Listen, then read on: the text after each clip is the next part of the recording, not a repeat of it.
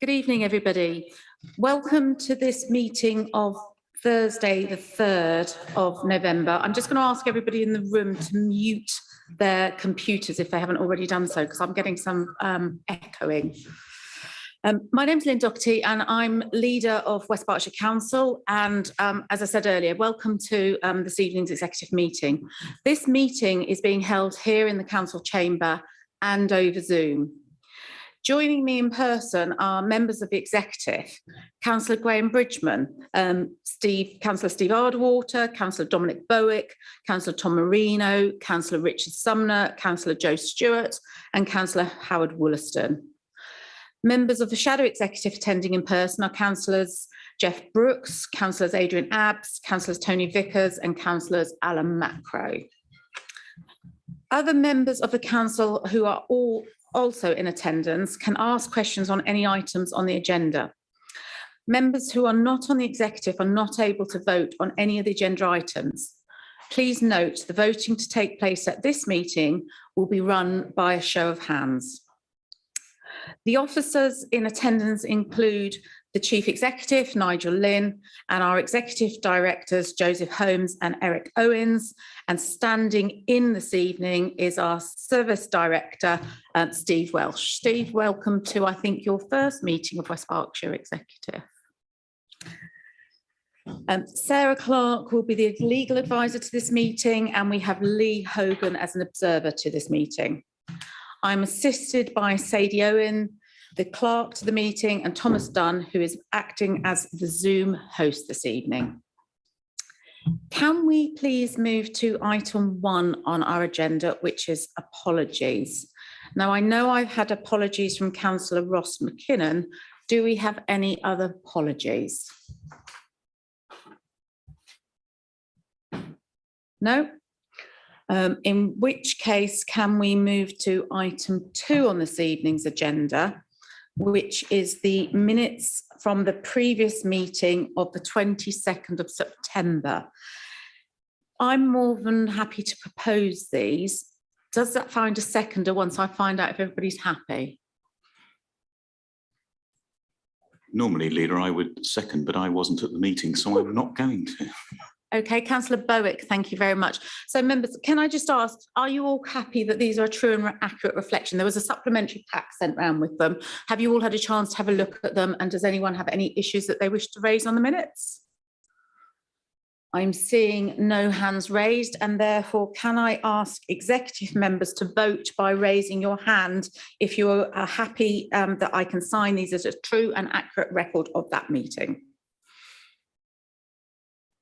Thank you, Leader. Those are approved.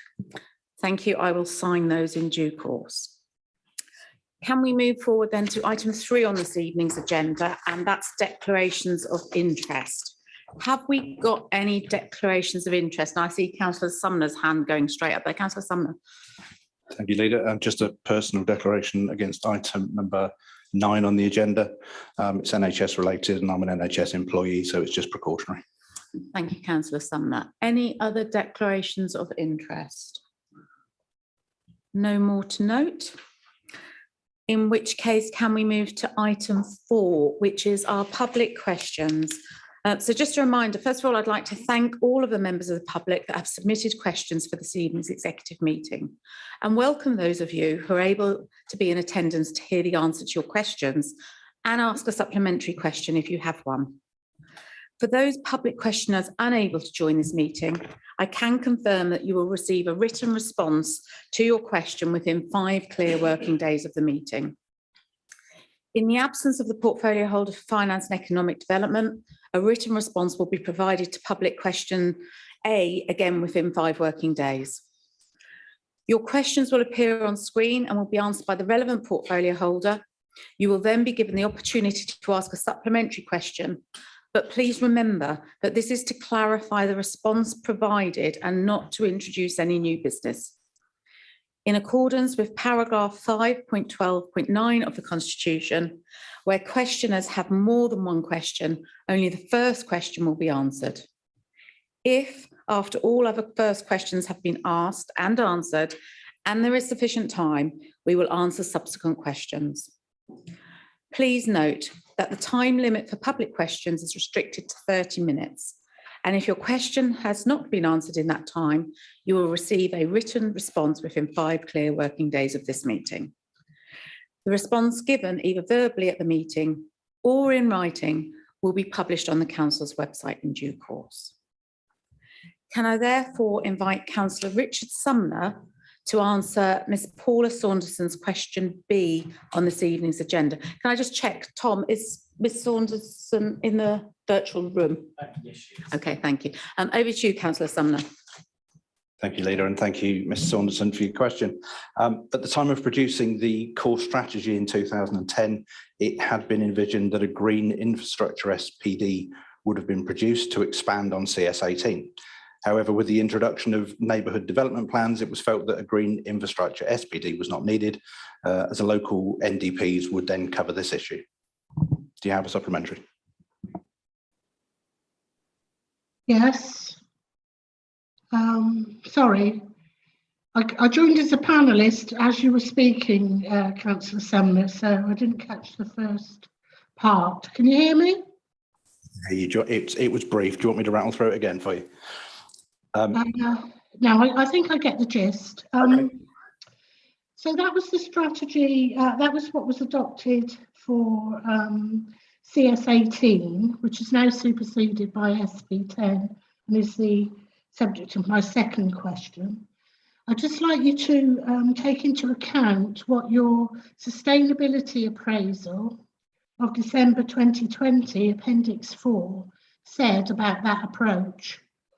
Basically, it intimates that you would have been better having progressed with the more detailed GI work. But I'll write to you with the wording that's in your own documents. Happy to receive that from you. Thank you. Thank you. Thank you both. Can we move therefore to public question C on tonight's agenda? And that's a Mr. Richard Babruki. Sorry, is that how it, Babruki?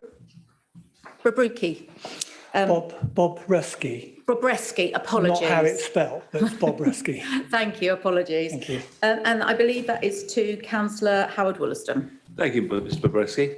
There have been no delays to the schedule at present. In fact, we are ahead of programme. The stabilisation works of the ground below the cool tank and around the tank have already been completed. We are on schedule for the submission of the planning application. We remain committed to reopening the refurbished Lido in July 2023. Do you have a supplementary? Yes, I do, and through the chair. Can I ask, you've obviously done a risk assessment on possible causes of delay. What's the biggest potential to a cause that prevents the Lido opening in the summer of 23 as promised to the Newbury residents? Although there's a limited amount of the scheme that needs planning consent, it will be planning. Planning. But the main parts of the Lido can open regardless. It doesn't require planning. Okay, thank you very much. Pleasure. Thank you, Chair. Can we move on then to question D on this evening's agenda? And that's Mr. Paul Morgan to Councillor Howard Wollaston.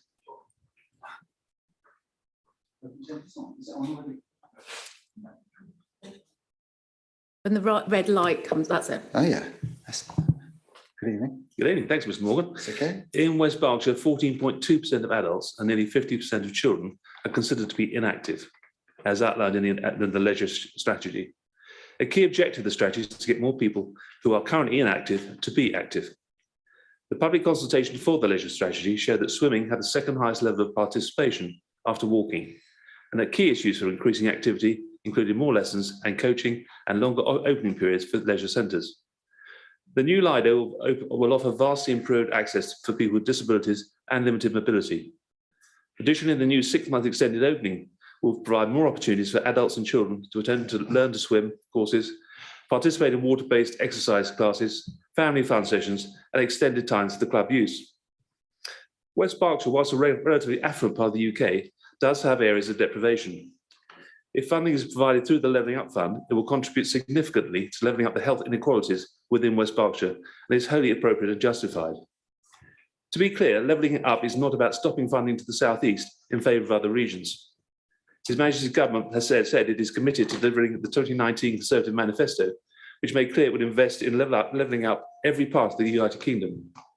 Specifically, it said how we need to get away from the idea that Whitehall knows best, that all growth must inevitably start in London. This is an excellent local project that started here in West Berkshire. It has been welcomed by the local community, and we were hopeful that we will be able to receive funding for it. Do you have a supplementary? Yes, I do. Thank you for that comprehensive response, Councillor Wollaston. Yeah, quick question. There's would it be possible? I've noticed on the you've applied for 3.5 million. I've noticed on the EX 4159 the actual costs are 5 million. So would it be possible to actually look at the application you submitted to the Levelling Up Committee so we can have a review on the business case and what the justification for that would be? May I consult with officers on that first, Mr. You Ward? can, but I think that'd be very useful to see that. So I appreciate if you take that away. I'm not sure if there's any confidentiality aspects. I'm sure there isn't because it's all published. So there's £5 million, 3.5. So I look forward to receiving that. So thank you. Thank you. Councillor Winston. Thank you both. Can we move on then to question E on our agenda? And that's actually been submitted by Mr. Pearce. And Mr. Pearce, that's to me. So thank you for your question, Mr. Pearce. At West Berkshire Council, we are proud of what we are delivering for local people, the support we're providing and our relationships with residents and businesses. Where we can, we aim to reflect our communities in the content we share to promote the district as a place to live, to visit, to learn and to do business. Where we involve local businesses, it's not to promote them specifically, but to show residents the impact of the work we are doing in the community. In the case of Newbury Electronics, we were pleased to work with them to reflect the town's position as a tech hub and as a thriving business on the London Road Industrial Estate. It served the dual purpose of promoting Newbury as somewhere which is open for business and supporting our work explaining why redevelopment of the London Road Industrial Estate is an important part of the town's evolution. We have worked with other businesses to do this also. This has included things like showing how the additional restriction grants have been supporting local businesses such as Fleetwood Studios in Mortimer and Echo Timber Solutions in Newbury. We've been promoting West Berkshire as being open for business by sharing why Cotswold Fair moved to Theale. We've been promoting our shop locals such as Shop Green Direct with the Curve in Hungerford, the Hampstead Norreys Community Shop. So we're proud to work with lots of local businesses to show exactly what the district has to offer and how the council supports local businesses. And we look forward to continuing to do so. Do you have a supplementary? Yes, I do. Thank you for that comprehensive answer. Simplifying a bit, though, as a resident, ratepayer, I do have an issue with a promotional video being made for one single company. I could have understood it if it was for all the companies on the London Road Estate, but for one company to have a specific promotional video made for itself, do you think I'm justified in not being happy with that? No, I don't, because I don't think it was a promotional video. I think the video, as I've just explained, is to show how West Berkshire Council work with businesses across the piece. And we've got lots of different examples of businesses we've used to do exactly that. Okay, thank you. Can we move on then to question F on our agenda? And that's Councillor Simon Pike. Is Mr. Pike in virtual? Okay. In which case we go over to Councillor Marino to answer question F. Good evening, Town Councillor Pike. Thank you for your question. Don't worry, I'll try and keep my answer as theatre-free for you as possible. Response times vary greatly depending on the time period involved, and there's no central record of the time taken. Only how many have requests been responded to in the statutory time period, which is 20 working days. This was 70% within time for January to March and 60% for April to June. Figures for July to September are currently being processed. Do you have a supplementary?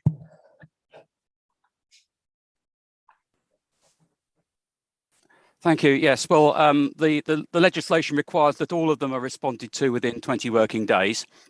But in addition, it says that it have to respond promptly. And it says the ICO guidance says that an authority that provides its response close to or on the final day of the 20 working day limit ought to be able to account for and justify the length of time taken to comply with the request. So how do you justify and account for and justify the time that is being taken by West Berkshire Council to respond to its freedom of information and EIR requests. And perhaps, as you probably weren't aware of that you weren't advised of the legislation, you probably I'd understand if you have to answer in writing. Well, I mean, Town Councillor Park, I'm happy to explain. So the council has experienced some delays recruiting to the solicitor post that supports the function. The post has now been filled and the solicitor started with authority in late September. The Information Governance Administrator who supported the function also secured a promotion within the authority and left the Information Governance team at the end of July. So there have been a few issues in terms of recruitment. However, we tried to, obviously, we were unable to secure administrative assistance for the role of our agency, and therefore we've agreed to move some internal resource in the team to assist until the process is complete. Project manager has also been assigned to progress the procurement of a new digital system, which will assist in improving the process in time for FOI requests. I hope that kind of assists in providing some of the context to explain why our performance has dropped. But there are measures that are being taken to improve this. And like I said, if you have any further concerns, please feel free to write. Thank you. So it explains it, but that doesn't justify it in terms of the law. Thank you. Thank you both. Can we move on then to question G on this evening's agenda? And that's Ms. Paula Saunderson again, back to Councillor Richard Sumner. Thank you, Leader, and thank you again, Mrs. Saunderson, for your question. I'm going to answer this in three parts. So firstly, you're correct. There are no layers on the council online map relating to green and blue infrastructure for members of the public to view. The council has a policy is to not replicate information that's already available on the internet. And most of the GBI information, for example, is available on the Magic website. Secondly, the local nature recovery is being undertaken jointly across Berkshire as a partnership with other local authorities and stakeholders, and is independent of the local plan review. And finally, we're committed to producing a GBI SPD, and the timetable for doing so has been published on the local development schedule. Do you have a supplementary? Okay. So in the Sustainability Appraisal Appendix 4, it commented that the previous approach, relying on NDPs, had left you open to relying a great deal on negotiation and willingness of parties to achieve the best outcomes at the application stage. But it also confirms that this later policy is a greater specification and a preferred option. So it can be supplemented much further by having a GI strategy. So you're saying to me that there will be a GI strategy in the evidence base for section 19 consultation? Essentially, yes, GBI SPD, and the timetable for reaching that is in the local development schedule, yes. Right, okay, so there will be more detail behind the SP10 in the consultation. Yes. Thank you very much. Thank you both. Can we move on to question H on this evening's agenda, which is Mr. Pearce to Councillor Richard Sumner. Mr. Pearce, hello, thank you for your question. Very short answer on this one. The completion of the footway cycle path and footpath has been delayed due to land ownership issues which have needed to be worked through. Do you have a supplementary? Can you give some more explanation of what those issues were? Would you like me to give you the explanation? No, I think the supplementary is, can you give more explanation? And the short answer, obviously, to that is not without speaking to you, by the sound of it. I don't have anything else in front of me. If you need me to get information confirmed to you, I'm happy to speak to officers and get that provided. I'll be happy to talk Thank to you after both. this meeting. Thank you. Can we move on then to question I on the agenda, which is back to Ms. Paula Saunderson to Councillor Steve Ardwater. Yes, good evening, Ms. Saunderson, and thank you for your question. So the council owns and manages many, in fact, several hundred pieces of open space of various sizes and functions, some supporting nature and others valued for their recreational potential. The Countryside Service has placed the management of its most important nature reserves and conservation sites under the stewardship of BBOUT, the local wildlife trust, who continue to improve habitats for flora and fauna. Furthermore, our road verge network provides significant opportunities for biodiversity net gain, and currently West Berkshire Council is funding a project with BBOUT to carry out wildflower surveys of our entire road network. In addition, we will be undertaking a green and blue infrastructure strategy. This is at a very early stage, but our vision for the strategy is to develop a resilient, biodiverse and multifunctional green-blue infrastructure network to contribute to ensuring West Berkshire is a great place to live, work and visit. Do you have a supplementary question? That all sounds very good, thank you.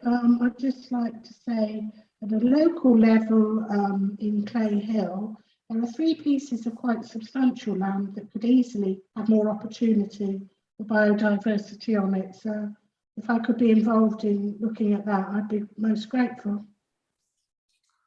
Yes, certainly, Ms. Saunderson. I'll make sure that you're engaged with when officers turn to that piece of land. Thank you. Thank you very much.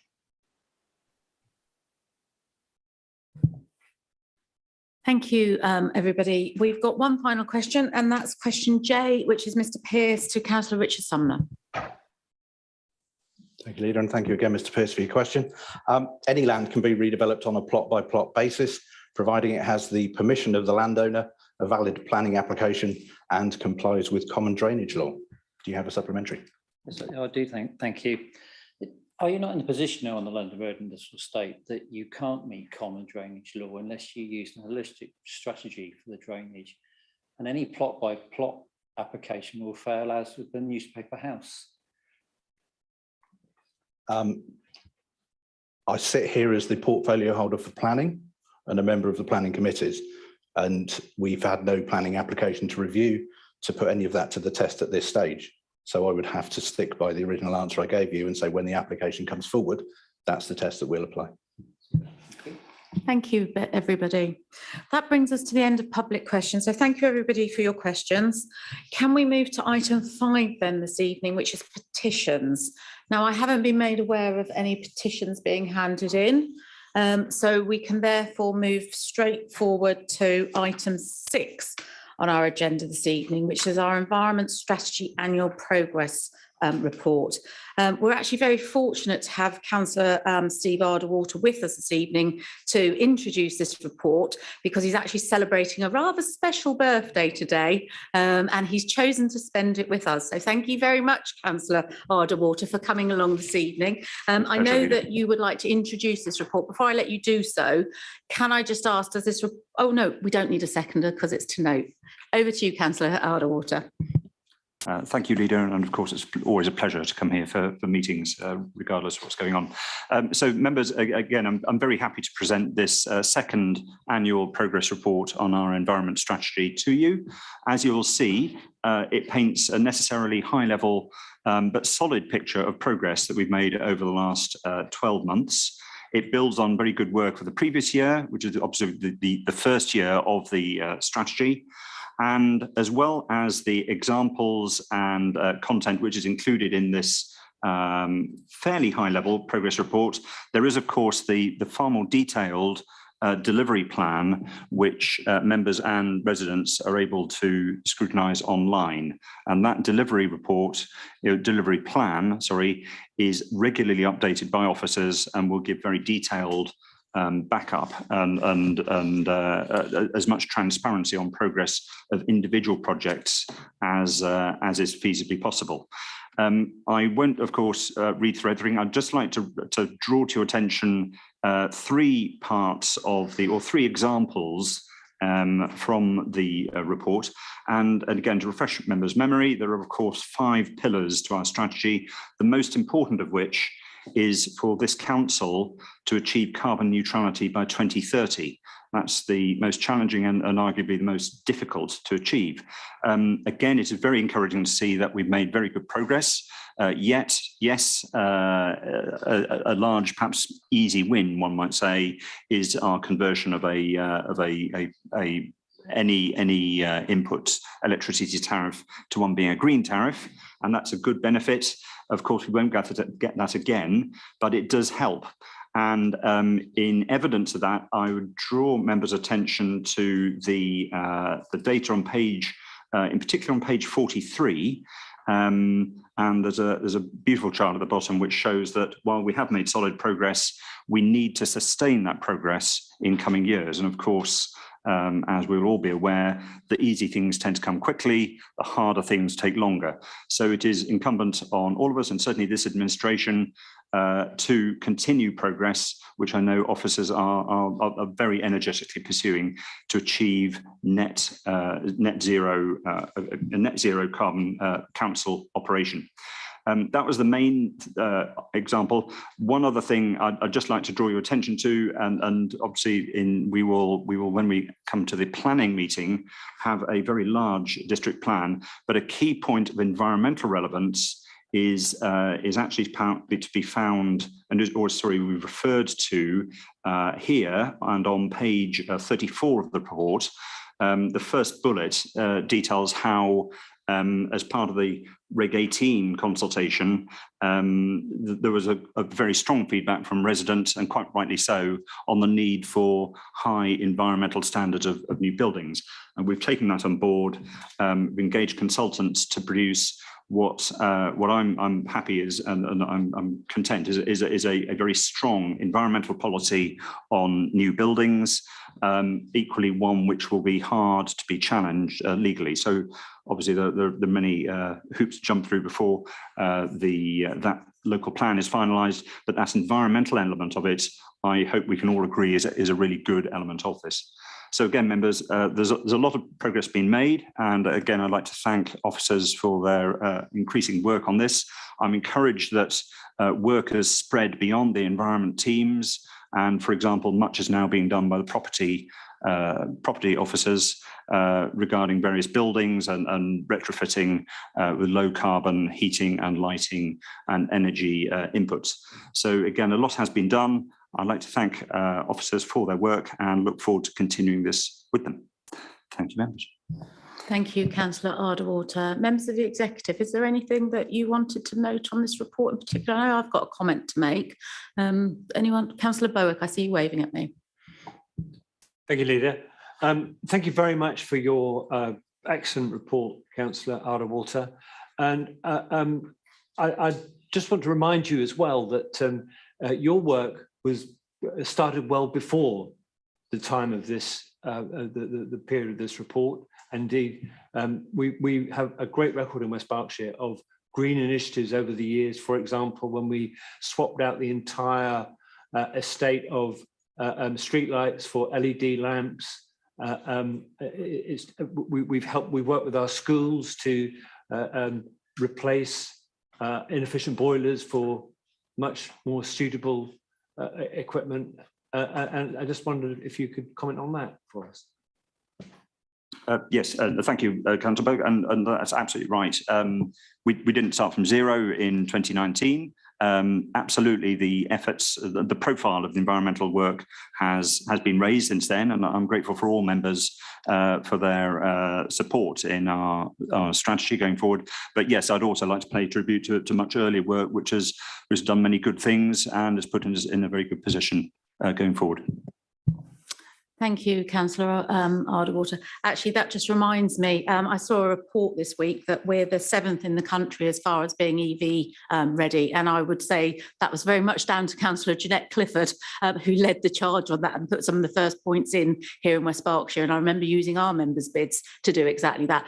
Actually, it leads me on to that because I actually think this is a really good report, Councillor Ardwater. I think it's really refreshing to see a report with so much detail, which isn't just written. There's lots of graphs in there, there's lots of pictorial stuff. And the one I particularly like is on page 32, and it's our journey. And I think that's a really powerful diagram that you've got there, infographic. The one thing I would say is in last year's report, we had the same infographic.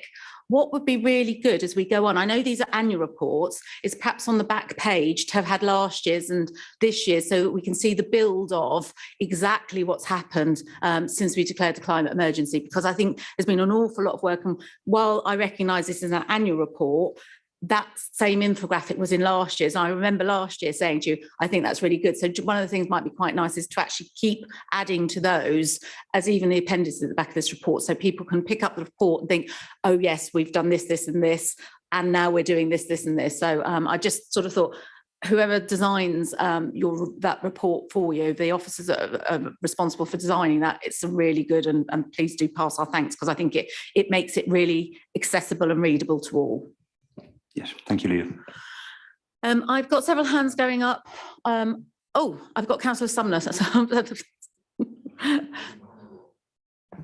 you, Leader. And again, I'd like to echo the thanks that go to officers on this. I think we should never underestimate the amount of work that's gone into providing this and providing the successes that they have so far, or their recognition of the amount of work still to do. And you know, there is a lot still to do. We know that, and we engage it and we embrace it. I think one of the key things for me in this report is on report page 14, 40 of our packs, which shows some of the breadth of engagement that we have with residents, with parishes, but putting funding bids into national organisations, and you know, it mentions there about Great Western Railway. I think it's important, and I hope that residents across the district will take time to look at this, look at the information on it, and do exactly what it says on that page. Recognise that actually where we've engaged, we've listened, and we're working on what we've heard, and we will continue to do that. Thank you, Councillor Sumner. Councillor Abbs, I saw you waving at me. Yeah, thank you, Leader. I decided to crash on me midway, so thank you for calling in. Look, I don't think anybody's going to be particularly surprised if I don't focus on the positives in the report. There are some, of course there are, and the officers are good officers and they're working hard. But I think, you know, there are some parts in this report that I think we should focus on, Councillor Ardell-Walter, insofar as the way it's presented. It looks good, it's a very pretty report and there's lots of detail, but unfortunately it gives, I hate to use the word sleight of hand, but the way the numbers are presented seems to say that we're doing really well. It's like the 25% number that's been used in the Newbury Weekly News. There's an article in there today, and that's even made as far as MSN. Unfortunately, it's not a great number because it focuses, and let me explain why. I have to really kind of go back to 2019, 2nd of July. You brought a motion forward, and I seconded it, where we decided to declare, and it was a unanimous climate emergency. Great. The words were, West Berkshire Council therefore declares a climate emergency. 1. 2, will create a strategic plan for West Berkshire that aims to deliver carbon neutral by 2030. It's in writing. There's nothing to debate about that.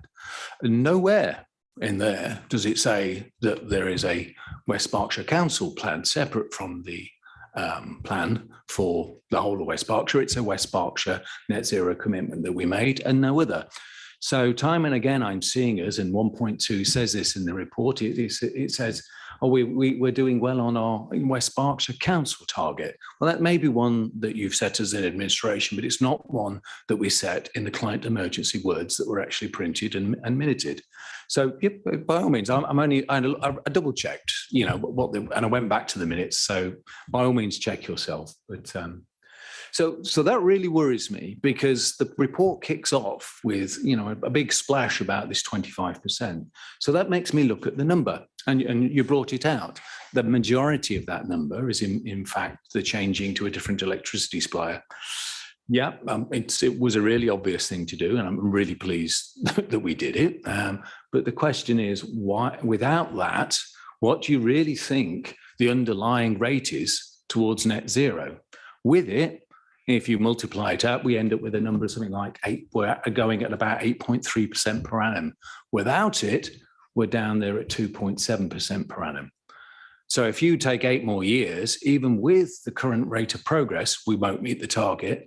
And if actually I'm right, and we're only really doing 2.6% per annum, we're going to miss it by miles. We're only end up at 47% of what we were meant to do. And that's just the council bit. That's not West Berkshire's bit. And that what really worries me about the report, the way it's presented. It's giving everybody, oh, this feels good. We're doing really well. We're not. And I'd like you to explain to me why you're emphasizing these numbers. There's a second part in there that I looked at that worried me, and it was to do with sewage. And we mentioned, I know we shouldn't talk about what we talked about at EAG, but I did bring this up, giving you time to prepare. I've noted the number has changed, but it's still, a drop. Now that drop is, my understanding, because I checked with officers, is just a more accurate number. Now it's not a big part of the carbon budget, but if it's a more accurate number, then actually we can just drop the previous number. So it shouldn't actually be going towards, that means our initial number wasn't as accurate as it should have been. Therefore, it's not really, shouldn't really be counted as a drop of any kind. It's, again, it's this slight misrepresentation of what's actually going on that I'm really concerned about. And I'd like you to answer, please. And then we go on to the 22% target that it says that we've achieved. But of course, and that also sounds pretty damn impressive, I have to say, 3 years, 22% down on a West Berkshire-wide target. Wow, if it was only true, that would be really a big wow. But the real situation is that those numbers actually reflect COVID. 2 years ago, these numbers lag, and therefore what we're actually looking at is the COVID lockdown number. Okay, that's not so good, is it? Because we had a little bit of that the following year, which really means for the next 2 years, I absolutely expect to see the number going up, not down. And I'd like to understand what additional things that are missing here that are actually going to start really driving the number down at a rate that will get us anywhere near the carbon net zero target that we're ourselves. It doesn't really help, of course, that the people in the central office there are actually flip-flopping around. They're going to go to COP, they're not going to COP, they're going to COP. It really doesn't help us all to understand what support we're going to get from central government. So I do sympathise that your compatriots aren't really supporting the way you need. But, I've said many times before, SMATE is the way to go. I'm really grateful that you finally accepted the Graiseley suggestion and built a large solar farm. It's great to see that coming through. Yeah, I've said this before, you need lots more of them. And I'm hoping you're finding additional slots for them. But, I think there's enough questions in there to start with, and I'll let someone else speak. But thank you very much for letting me get that off my chest. Right.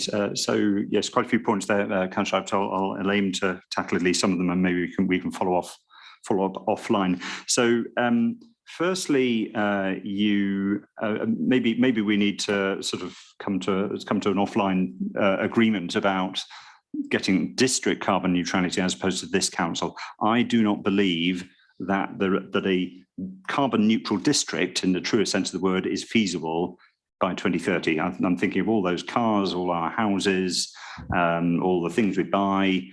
It is too many things would need to happen. So I don't think, and I never have thought, and I never have said that is feasible. There are always two parts to this strategy. The council's own operation, we need to, and we can, we are in control of getting ourselves neutral. And we, the council, are going to do everything we can to drive the district as far as is possible. May I just, because it'd be lovely to debate it. Can we let Councillor Ardwater, we sat and listened to you, Councillor, can we let Councillor Ardwater, and there's lots of other people wanting to come in, so carry on, Councillor Ardwater, I'm sure we'll get. Thank you, Leader. So then again on I didn't quite follow the logic on the, if we hadn't done the electricity, we'd have hit 2%. In principle, it's harder to disagree with your maths, but of course, as you know very well, there are actions that are done which are quick, and there are actions which take longer to come into fruition. So lots of things have started which will not show a benefit in terms of numbers for some years to come. And yes, again, as I said in my introduction, the early years are the easier ones. It gets progressively harder to wring the last few little bits out. So we're going to have that challenge going forward. Sewage, again, to be honest, I think we shouldn't have broken out sewage. It's a tiny little line item. It's not really relevant to the whole thing. Government has been helpful. You talk about flip-flopping going to COP27, but in reality, the important stuff actually is, for example, the Environment Act and the Farming Act. Those big bits of legislation, the commitment to enforcing biodiversity net gain commitments for developers is going to be a huge benefit here and around the country. In other words, enforcing developers to pay back for the environmental harm they've caused. That's a really positive signal, as indeed on the waste front is the enforcement of manufacturers' responsibility to pay for the recycling cycle. So that's going to really transform and is already shifting the usage of materials and helping the environment more broadly. And finally, again, you talked about your suggestion on Gradley. Yes, you did talk about it. To be honest, just because one said something doesn't necessarily mean it's your own solo idea. Lots of people thought of it. I certainly thought of it too, and I'm grateful that you were on board with Well, it. it's just that the leader said that it shouldn't be considered back in March of 2020. She didn't have enough detail. Could we let Councillor Ardwater respond? But some of the points need to be responded to, because if they're not responded to, it gives the wrong impression. Councillor Ardwater, have you got anything else to say to Councillor Abbs? Not here, and obviously we can follow up offline. I'm sure we will let other people into the discussion. Thank you. Thank you. I'll go to Councillor Vickers now.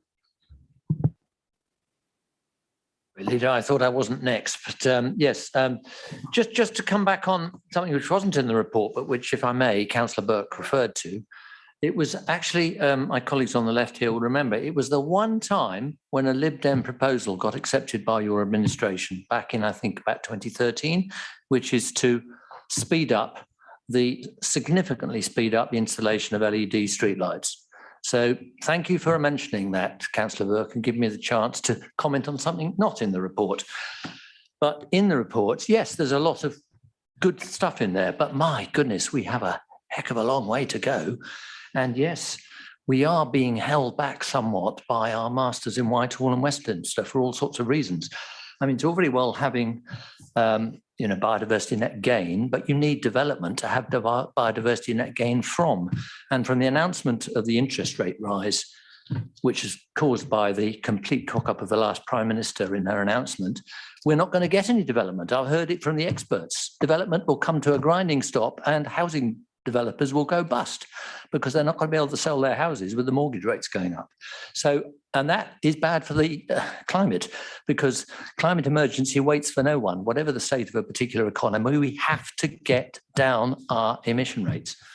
So specifics in the report. Glad to see the LRI you mentioned, and I'd like to have it on record that if there's anything that we want to go ahead on LRI, it's the vision of a completely zero carbon development. So I just wanted to refer to that and say we totally support the mention of that as one of the things that needs to happen. Then there's a lot on, what page is it?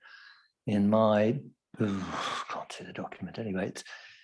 It's all on the same page of a list of good things, but good things that need to happen and have not yet happened, though there's some indication that they will, and that is tackling idling drivers, promoting bikeability. Well, 80 families out of how many families are there in the district? I know you can't make people take part, but we need to get more families out on their bikes.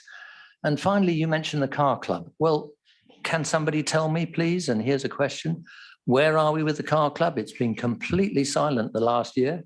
Yes, it's great that they're all going to be EVs, but we were told we could have up to 50 in this council in this 5-year period of their contract. And as far as I'm aware, we've got none. So it's all very good mentioning them in the report, but where are they? Thank you, Councillor Vickers. Councillor Ardwater, do you want to take those questions from Councillor Vickers? Yes, thank you, Leader, and again, thank you, Councillor Vickers. So, point noted, you have the history of who said what when back when LED lights were proposed. So I'm happy to accept your point. Thank you. Glad that we're all agreed on LRE and zero carbon. On the car club, and I likewise have been very keen to see this progress. Firstly, there are already EVs, and Enterprise have provided them, and yes, there aren't many, but they are already in the middle of Newbury. There has been a contractual issue which needs to be resolved. I'm glad to say it has been resolved, and I'm looking forward and have been getting regular updates from officers about forthcoming progress on that. So I share your desire to expand it beyond the middle of Newbury. Thank you. Thank you both. Councillor Culver. Thank you, Leader. Can you hear me okay? Yeah, great. Thank you very much. First of all, happy birthday, Councillor Ardwater. Hopefully we won't detain you too long this evening. I just want to congratulate members of the Environmental Advisory Group, officers, and also people across the district who've been working so hard to reduce our carbon footprint. So I just want to make that point first and foremost. And I know you've kindly answered my questions before about the Natural Solutions Partnership. And I very much look forward to hearing more about how that develops in the future. I've just got 3 questions, if that's okay, or 3 points to raise. Regarding the Parish Climate Forum, I think there are about 18 parish councils that are involved in that initiative. And I'm just wondering what we can do to reach out more to local community groups who aren't necessarily connected with the parish councils. Because as we're all aware, there are many, many sustainability groups. And there isn't necessarily an overlap between themselves and the parish councils. I know in my ward that is the case.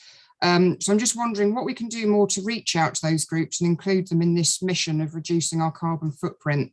And I'm aware that we've got the ADODL group and map online. How can we get more people onto that and ensure that the public use that as a reference point if they want to get involved in a group? So that's the first question. You'll also be aware that we as a group proposed a motion a year ago now about the response to COP26 and what we as a council could do following on from that. I was just wondering when we can expect that to come back to executive for a response, a formal response to that. And finally, I just want to congratulate the officers for all the hard work they've done to roll out the food waste programme. And I'm pleased that we'll be able to meet our statutory obligation now to collect food waste and reduce the food waste in the black bins. I have received a lot of complaints about the fact that the bins didn't get out in time, and it'd be remiss of me to not mention that at this point because of the number of complaints I've received from my local ward. 2 of my 6 villages and a substantial part of another one didn't receive their bins on time. And the officers have been very, very good in chasing that up. I am conscious that it was subcontracted out by the company that is subcontracted to do our waste, which probably didn't help because maybe the guys didn't know the area very well. But if we could take the opportunity to give them that robust feedback, because I'm just a little bit concerned that because that happened, it might undermine the project as a whole. You know, we want people to be enthused by it and we want people to use their bins. We don't want to start off from a point of people having not actually received them on time. So if that feedback could be passed on, I'd be very grateful. Thank you. Yes, thank you for those points, Councillor Culver. Firstly, your first point about how to engage more groups beyond parish councils, maybe via ADOL, that's a very good point. Thank you. And I have talked with officers, but we will re-engage on that point. So I do take your point that parish councils are great. There are many others as well. The response to executive, likewise, I will consult and chivvy, and I know that in the past we've not performed as quickly as we should have on not just this but other motions coming back to executive. I'm optimistic we'll do better, but yes, I will remind officers on that one. On food waste, absolutely, and again, thank you for your points, and absolutely it is noted that there were about between 130 and 200 households who did not receive their food waste bins by the weekend, and I know Councillor Willison's ward also was affected. So absolutely, any one house or any one delayed start to service is not a good thing. I'm glad that again both Veolia and their subcontractors have been working very hard this week. I understand that by tomorrow all will have been done, and out of the total number of households in the district, that is again still a fairly small number, but point taken that we can and should move forward from it.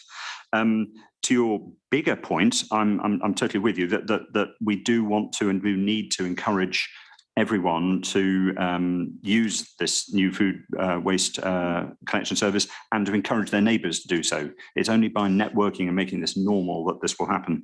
So a lot of focus of the waste team going forward will be on engagement and communications with residents, to drive up that number.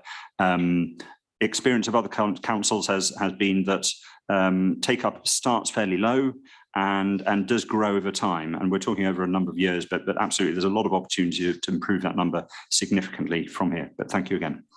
Thank you very much indeed for those comprehensive responses. Just a point of information, there are at least 370 houses in my ward that didn't get a bin. Oh, thank you.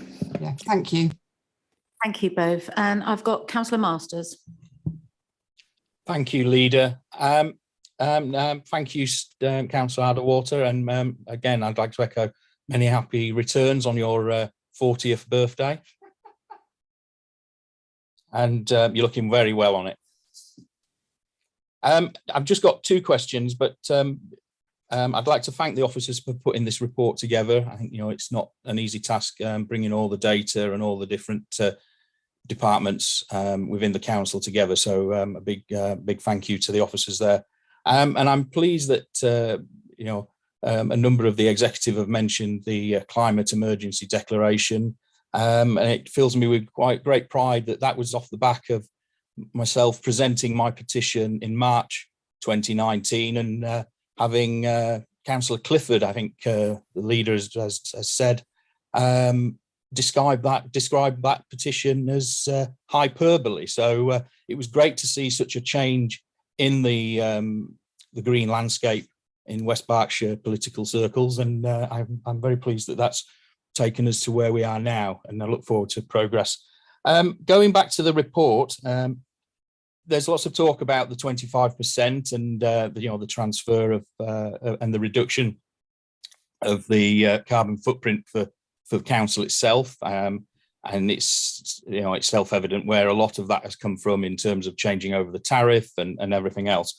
But my concern is, and I raised this many times, as did colleagues across the political makeup of the EAG from all parties, that when we were looking at the baseline, we didn't, that was done on almost on a self-assessment and wasn't audited.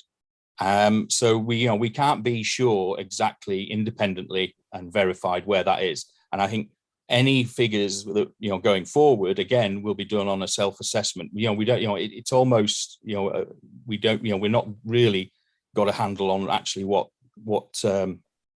where we came from and therefore where we're going. So that's a big problematic situation, in my view. And finally, Councillor Adderwater, apart from changing the tariff and the impact that that's had, and I echo the view from Councillor Abbs about the period of time being COVID and the impact that had on reductions of travel within the council, heating in various buildings around the council's estate, and then and the energy costs therein, and that would have had. Apart from those major impacts, what significant projects has the council actually had a return, and what were those and what are they as we stand right now? Because I think moving forward, it's we need to make some big gains, and I don't see outside of those two factors any big gains. Thank you. Okay, and again, thank you, Councillor Marsden, and I think all us as members do echo those compliments to officers for a lot of work, not only the production of this report, which reads very well, but the work behind it. So again, we're very fortunate in having a very dedicated and talented group of people delivering what we want them to do. Absolutely, and I fully acknowledge your climate petition, and again, I'm glad that we are moving forward in at least mostly a spirit of cooperation on this. I would challenge your assertion that there wasn't a good, or there isn't a good baseline to actually our energy usage. This actually was one of a lot of work went into this and still goes into this every year. There is a very comprehensive methodology, which I'm sure I can arrange to be shared with you, or you can directly, which is, and there are agreed methodologies for how to assess energy usage across various categories, and an awful lot of work was done by expert consultants to set up a rigorous and verifiable framework firstly at our starting point, and secondly at each year going forward from that.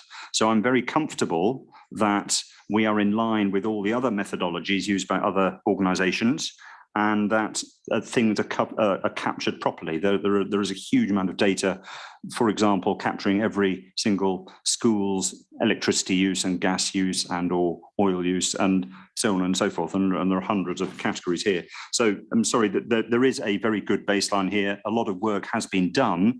And actually that partially answers your third point, that a lot of these preparatory jobs don't yield the exciting drops in a chart, which you mentioned. So we have to get that baselining work done. It's analytical. It doesn't of itself reduce our number, but it's vital to make sure that what we do going forward is verifiable and proper.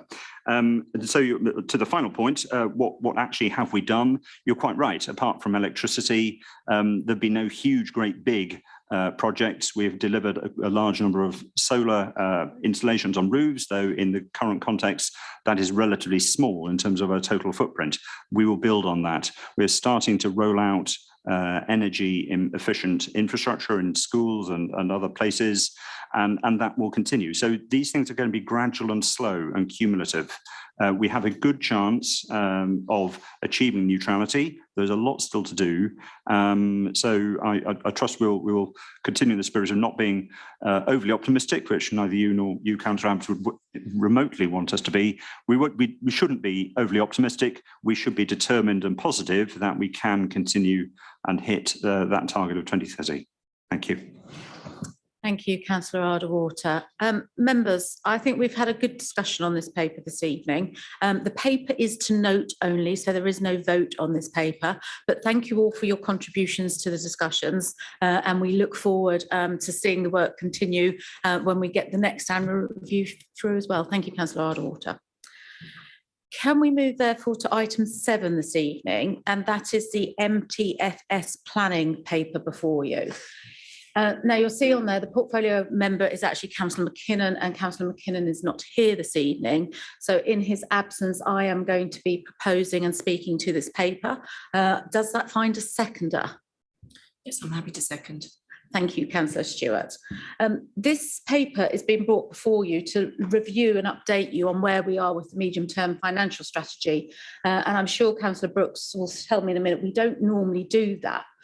However, given the significant volatility within the existing financial planning assumptions, we thought it was worthwhile bringing this to all members to look at the challenges that we are facing with regards to setting a budget next year. You can see within the paper there are significant impacts through inflation, through the rising PWLB rates, through the rising of demand, and it does mean that we're looking at a gap within our budget for 2023 and a saving requirement of 15.8 million. I say that because I know currently there is an awful lot of news around this very topic. I know the Local Government Association are already talking around a 3.4 billion funding gap for local finance in 2023-24 and a 4.5 billion gap for 24-25. It's something that we as West Berkshire Council are working with the Local Government Association on to lobby and ensure that the voice of local government is being heard, because councils up and down the country, we are not unique in this. I know we were talking around the rest of Berkshire and we know that similar figures are being projected through the rest of Berkshire. So we're not unique in this and we wanted just to bring the paper to bring this to everybody's attention and say that we as a local authority are looking at what more we can do, what proposals can be brought forward to close that savings gap. I will say there's lots of ideas that I'm already hearing, and we are very much prioritising trying to keep frontline services exactly where they are and prioritising the needs of our residents. We'll be looking at efficiencies and effectiveness of all different areas. So I thought it was a good paper for Councillor McKinnon to bring forward. It's a hugely different scenario to that presented back in March when we brought the budget forward. And therefore, it's worthwhile everybody being aware of the situation that we as a local authority face. So that's why the paper's here this evening. That's what Councillor McKinnon wanted to do. And I support him in airing this with you. I know we had the Q1 paper and we sort of looked at the overspends in Q1, but we need to consider the impact on inflation on all of our services and how significant that is. Therefore, the paper before you this evening is to recommend that officers continue to look at how we close that gap in the budget setting process. Members, do you have any particular questions on that? I'm looking to my left, and then I'm looking to Councillor Brooks. Well, I'm not troubled that you brought this paper. I think it's a sensible thing to do. It does sort of say, it reinforces a little bit when I grumble about the MTFS at every budget meeting. This is what I mean. We can plan, but suddenly the MTFS is blown out the water by events that are happening nationally and globally. Not much good news around, is there? But I wonder if you could give the public some assurances that you will do everything you can and avoid cutting frontline services. I think you probably will agree to that. It's the thing we'll be watching carefully. But yeah, it's tough wherever you look these days, isn't it? Thank you. Thanks, Councillor Brooks. I've been a councillor for 7 years now, and I've never seen the MTFS blown out of the water in such a proportion as we've seen. I think we are living in a truly unique situation. So I think it is right to always plan and have your MTFS. And we have never, in my time, been in a position where the planning framework has varied so differently.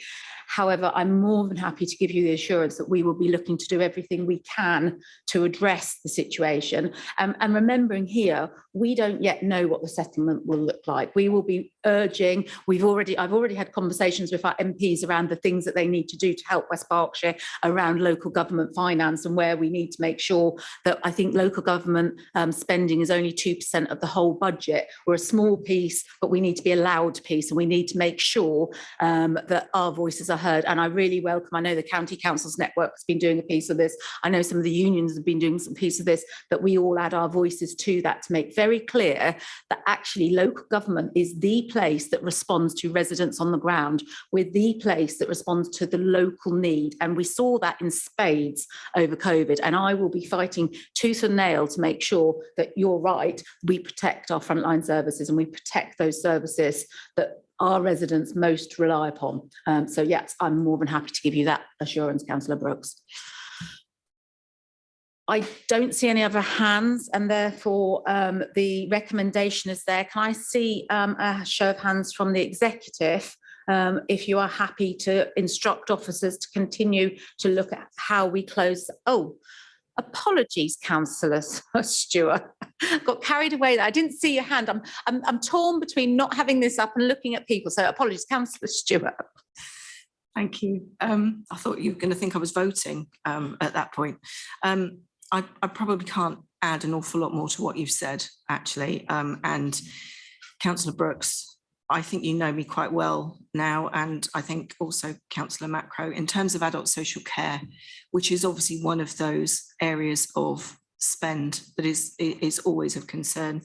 I can tell you that baked into every conversation that I see officers having, we are talking about what we do in terms of cost and how we keep the levels of service as they are, but where we can make cost savings. We've got all sorts of challenges, as been mentioned, so inflation, absolutely. And what we actually have to do as a responsible local authority is to make sure that we are not squeezing the service providers in our market such that they are no longer viable. So we have to make sure that we are being fair to them as well. It won't do anybody any good if any of those providers go under. High client numbers. I've heard a term today that I haven't heard before, sicker and quicker, so hospital discharges. And I'm therefore reading that to say that we are having more people discharged and actually they have more complex needs. And that's certainly some of the things that we're seeing in terms of the people that we need to support. And actually, that number is up by 40%. So that is huge. We always have a challenge with our, as far as I'm aware, with our in-house care homes. And clearly we need to make sure that we have modelled occupancy and we reach that occupancy. And we're not always quite there. So that is one of those things that we're certainly working on really, really hard. So I'm looking forward to seeing what those further proposals are. I think we're going to have a very tough and challenging budget board the next time we talk about these. But as such, that recommendation, I welcome that recommendation and would propose that it goes to approval. Thank you, Councillor Stewart. And again, apologies. Members, can I see a show of virtual hands if you're in favour of the recommendations? Real hands if you're in favour of the recommendations. It's been a long day of the report. Thank you, Leader. I can confirm that that recommendation has been approved. Thank you all. Can we therefore move to item 8 on the agenda, which is the co-production framework for West Berkshire? Councillor Bridgman, I believe you're going to introduce that report, and does that find a seconder? Councillor Arderwater. Can I just pause you, gentlemen, because I see Councillor Brooks. Has your hand gone up? Only waiting my turn. Okay. Okay. Over to you, Councillor Bridgman. Leader, thank you. Members, the recommendation, as you can see, is to agree the document that you've got at Appendix A, which is called Working Together, Co-Production in West Berkshire, the Essentials. You'll recall the peer review that led to the Communications and Engagement Strategy in 2020.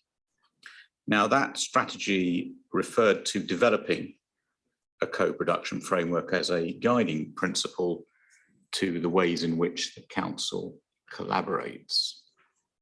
And as you can see from the paper before you, the work's being conducted on a co-production basis with residents and with others. And I'd like to say that we couldn't have got to this point without that engagement. And of course, we and officers in particular are grateful for the engagement that the public have taken into this piece. I do want to apologise for one thing. I'm going to suggest, Leader, that we agree the paper with one thing I want to clarify with officers.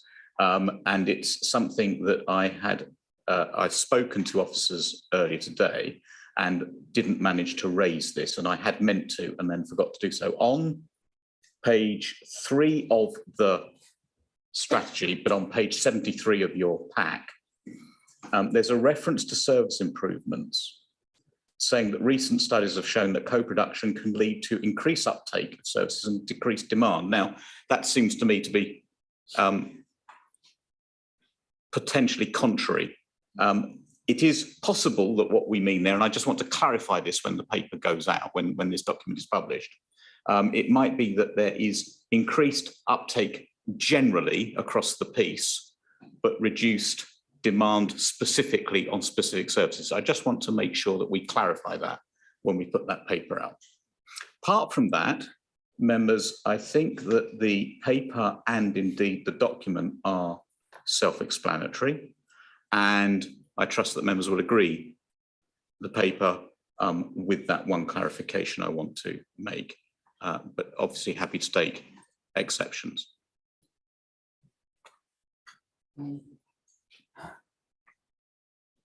Thank you, Councillor Bridgman. Are you reserving your rights, Councillor? Do you want to come in at the end? Okay. Councillor Brooks. On this side, we're all in favour of consulting with people. We're talking to groups, voluntary sector, representative bodies. But this troubles me a lot. I'm wondering if this has come down from central government as some sort of new wheeze on how we engage with people. So what I don't see at all is how any methodology here, we are and have apparently already consulted and met with and discussed with residents. Who are these residents and how are they selected? That isn't in here at all. Now, there's an awful lot of, I'm a resident. I happen to be a representative of the people because I've gone to many doors, knocked on them, spoken to a lot of people and got them to vote for me, as have a lot of parish councillors. There's plenty of people to talk to. So I'm very troubled that sometimes you could get a resident who happens to be highly vocal, not necessarily wise, that ends up in this co-production. So I need some assurance, frankly, and so do my side, that this actually is fair on people who come forward and those who don't. And you know, it's quite hard to get councillors. So whoever these residents are we encouraging them to become councillors and get voted in to come here and give us their views? So I'm very troubled, frankly, at this coming about. And I'm also troubled in terms of an MTFS that is shot to pieces. Millions and millions of pounds we're looking to save. How much is this costing us in officer time? And I note expenses as well. It just seems to slip through as some new ways of engaging with the public when actually you've got an awful lot of the public in your council. They're called councillors. And every week we go and talk to them and find out what their views are. So there's too many questions in here and not enough answers. And if you have done things that you're pleased with, where are the case studies in this report to tell us what they are? So concerned of Thatcham over here. Thank you, Councillor Brooks. I'll try to pick up those points, not necessarily in the order you made them. On the money front, on the financial front, on the MTFS front, there is an officer's report, which I accept, in the introductory report on financial, that it is anticipated that the delivery of this will be within existing resources. Now, going forward, I fully accept that we will be interrogating the MTFS and we will be interrogating all sorts of aspects of what the council does, and this is not going to be out of that picture. And I can assure you that in budget, we will be looking at the potential cost of this and the potential cost of not doing it, or the saving that might be achieved by not doing it. On the question as to who is engaged, the example I would give, which was used, in essence, what we're looking at here is a piece of work for going forward into that engagement province. However, it has been tested, and the area it was tested in was in the environment strategy and engagement with a number of different groups, including, I have to say, some very positive responses I got locally from my parish council, because members of my parish council, not including me, Leader, were engaged in the whole environment piece and were very positive about the way in which co-production had worked in order to allow them to engage and have a voice. So I think we're saying it's parish councils then? This, in that particular case, these were parish councillors that I was speaking to. There were others involved as well beyond the parish council, but it was parish councillors who spoke to me about the engagement. So I think we will see this going forward and we will test it as we go. There are a number of aspects. It will be to some extent service users who will be engaged because they are the people directly affected. And we will see, Councillor Brooks, as we go forward, how this transfers, and we can test it as we go. It is a process that we need to engage in. And I think that the experience in other parts of the country has been that this is a very positive way of making sure that council services are delivered in the right way. And you gave no explanation on how those residents will be selected. You could have done, you didn't.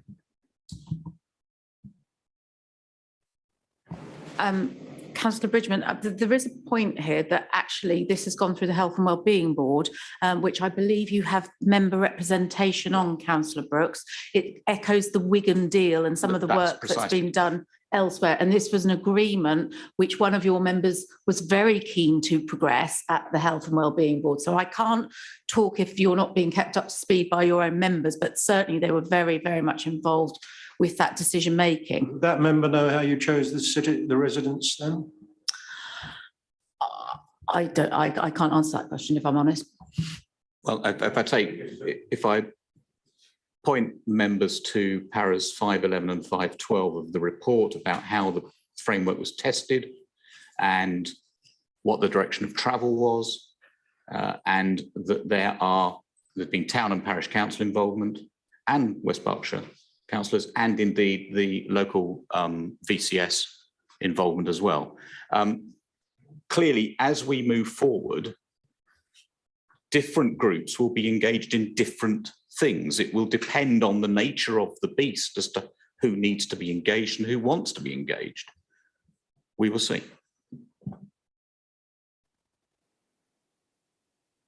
Thank you. Can we move on to Councillor Vickers?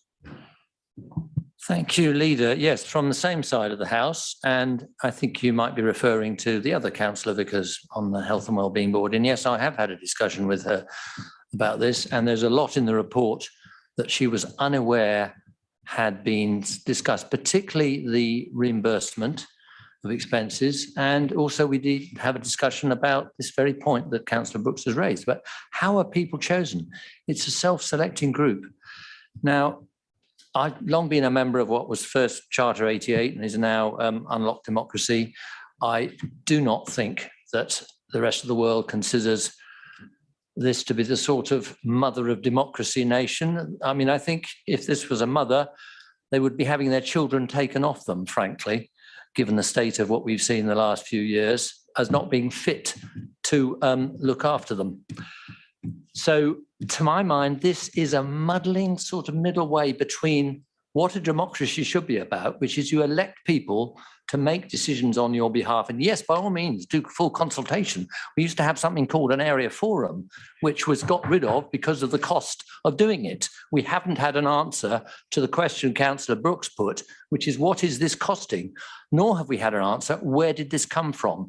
Is this just another flavour of the month wheeze from central government? Now, I didn't want to sound negative about this because there is a lot of good in it. And I'm in favour of progressing the ideas and testing it in various different areas. But I am very uncomfortable in a country which, compared with the rest of Europe, has fewer elected representatives per 1,000 member of population than any other democracy, Western democracy. And those elected representatives have less powers to spend money and decide how to raise money than any other democracy, I can tell you that. I'm very uncomfortable with this diversion, as I see it, away from making our democracy better. So we are where we are. We, in this party, don't control the way that national democracy operates. There's a lot wrong with it, which we think cross-party. There is a lot of support for changing. This is not what I would put my resources into, Leader. I'm sorry, but let's see how it goes. Two things there. Firstly, clearly, we consult on all sorts of things, and we expect people, we trust people to respond to that consultation and engage with us. This is a development of that engagement process by involving residents and other groups far more embedded in the way in which we come to look at services and how we approach delivery of services. So far as where it's come from the communications and engagement strategy, which we have passed. We agreed a communications engagement strategy, which explicitly refers to co-production as something to come forward out of it. This is delivering on the effective promise in that strategy that we would come forward with a co-production framework. Here we are bringing it forward. Thank you both. So we're not again, we look forward to Culver. seeing how it develops. Thank you, Leader. Yeah, I'm quite a positive response to this, to be honest. I agree with previous speakers that we do need to encourage more people to stand for election, but I also think we need to find ways to reach out to other groups as well. I'm conscious that people from the community panel were involved in this, people who've taken part in consultations before, because I know some of them because I've encouraged them to take part in consultations. We also had a very good briefing as members about this, and subsequent to that I asked for a separate Zoom with 2 officers to talk in more detail about how we can reach out to community groups in addition to the parish council, because I think sometimes we probably rely too much on reaching out to parish councils and we need to reach beyond that. And we had a very, very productive meeting about that. Just one question, if I may. When can we expect to see the guide that was produced by the co-production meeting? Because I'm conscious it was about renewables or some such, and that would probably be very useful for us to share more broadly. Thank you. Councillor Culver, I'll come back to you on that one if I may. I would, you've reminded me that I would encourage members, and thank you for that, because members have been involved up to this point. There have been at least a couple of briefings where members have been invited to come into the picture. And indeed, I formally invite any member who wants to come to a breakfast briefing. There's a breakfast Zoom briefing on the 24th of November. And anyone who wants to join into that briefing is very welcome to do so. Thank you. Thank you for your feedback, Councillor Culver. Councillor Macro. Thank you, Leader. Yeah, I share the concerns of Councillor Brooks and Councillor Vickers, but I do note in the report that it's intended that councillors will be involved, but it doesn't say which councillors. So I'd like an assurance that opposition councillors and also ward members will be involved, please. Every intention of that. Indeed, councillors have already been involved. Invitations went out for engaging in the co-production framework discussions. And again, as I just said, I invite you, Councillor Macro, to the breakfast briefing on the 24th of November. Thank you. No more hands from anyone else. Councillor Arderwater, I'm going to remember that you wanted to second this, so I take it you're coming back in now. Yes, thank you, Leader, I am. So I was involved at the start of this project because, as members are aware, the environment was chosen as the domain in which to conduct this trial. And I'll come back to your specific point on selection. In fact, both of your points, Councillors Vickers and Brooks, shortly. But the first point I'd make is that my take on this, and our take, and certainly is echoed in the document, is this is not about, it's not at the layer of democracy, which you were quoting, Councillor Vickers, it's at the layer of delivery, and the word is co-production, not co-leadership. So my strong belief is that we as councillors must be in control as the only democratically elected people in this district for outcomes from this. And the purpose of this framework is to harness expertise from within our community in order to deliver suitable projects. And I did see with the environmentally focused trial, some really very impressive people. Yes, some were councillors, but as we're all aware, as well as councillors, many of us do have another life. We are able to do good things. And the councillors who were on that group were not there because they were councillors or members of Little Higgins Parish Council. It was because they knew about such and such a subject, and they're really interesting people from Reading University and the like who were able to contribute and had a great passion to deliver further. And as you mentioned there, Councillor Culver, likewise, I'm also looking forward to the community energy handbook, which that group is keen on doing. So again, this is a tool for delivery, not a tool for governance or democracy. It can, and I hope will, help us as a council work more effectively with individuals for the good of projects, specific projects in this district which lend themselves to it. It will not be suitable for everything. It's not a silver bullet. It will not cure our MTFS problems, but it could be a useful opportunity to deliver good projects at a significantly reduced financial cost to this council by engaging in a more rounded way with well-selected people. So again, it's been interesting, members. I've been intrigued by some of the comments and concerns here, and candidly, I'd agree with them. All those are very valid points which do need to be borne in mind. But again, this is a framework and it's a trial, and I and we, and I trust we all, look forward to a concrete delivery of a project using this framework from now on. Thank you. Thank you all. An interesting debate. It is part of the communication engagement strategy, which I think I brought forward in October 2020. And actually, the one thing we haven't done is thank the officer involved with this piece of work.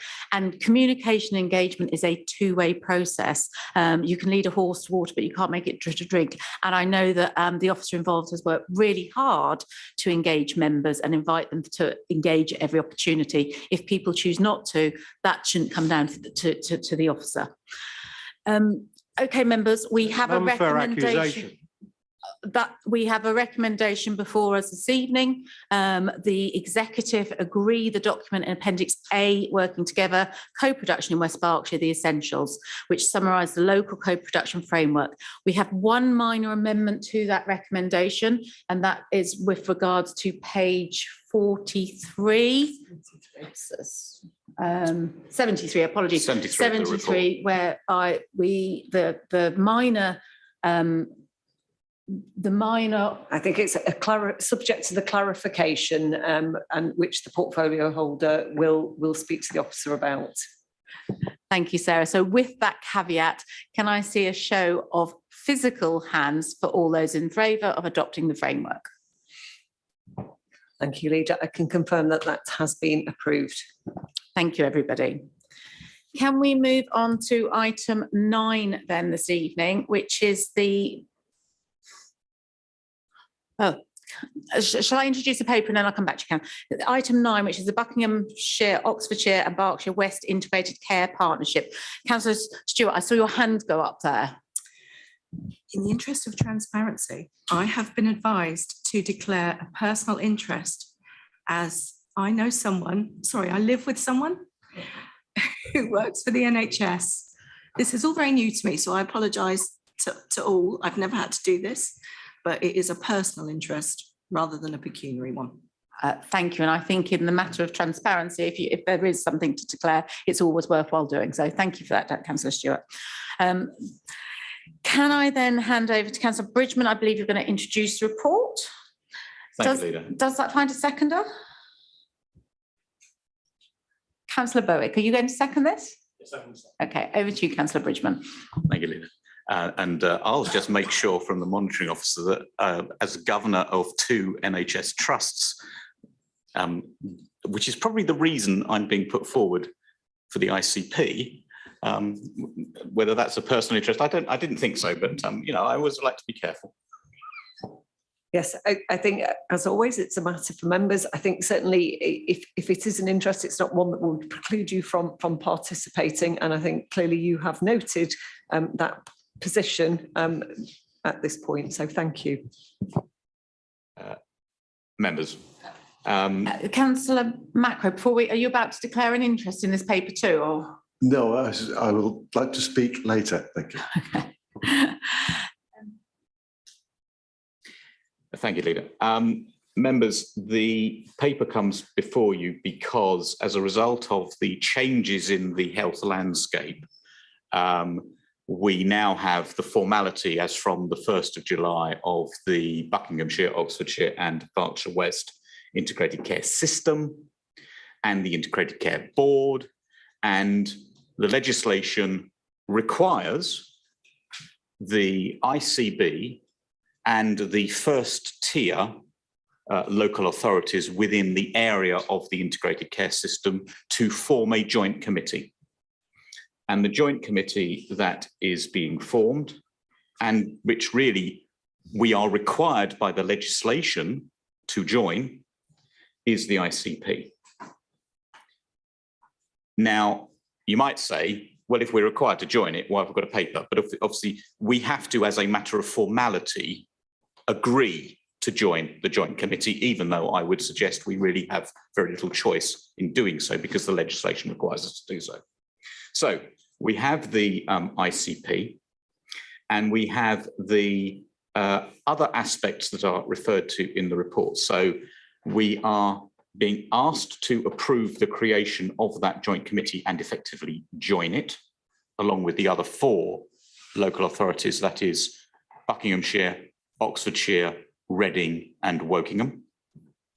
We are asked to note that you, as leader, under your delegated powers, have appointed me as our representative on the ICP. Interesting concept of being appointed to a body that we haven't yet joined, but you know, these things are sent to try us. And note that in order, and this is a conversation that's gone on within the, and I'm going to call it the putative ICP, because of course, until we all formally join it, it really doesn't exist as a formality. But there have obviously been discussions because we've got to agree all sorts of things. And we are suggesting, and we have agreed, that all the other members of the executive will be substitutes for me on that committee, so that if I can't attend, we are always going to be representative. And that's going to be very important, because it is going to be very important that each of the 6 core members, the 5 local authorities and the ICB, are there in the room making decisions. And again, that I've been given delegated authority by you to agree the terms of reference of the ICP. And I have to tell you that we're pretty much at the point, those terms of reference are very much agreed. And obviously they will be published in due course, but essentially they're to do with who are the members of the body and what are the processes for agreeing meetings and voting and so on and so forth. You wouldn't be surprised by any of the contents of the terms of reference, leader. So those are the 4 things we're being asked, 1 to approve and 3 to note. And I'm happy to take questions. Thank you, Councillor Bridgman. And I have to say, I, as leader, have never been more grateful to have you as deputy leader.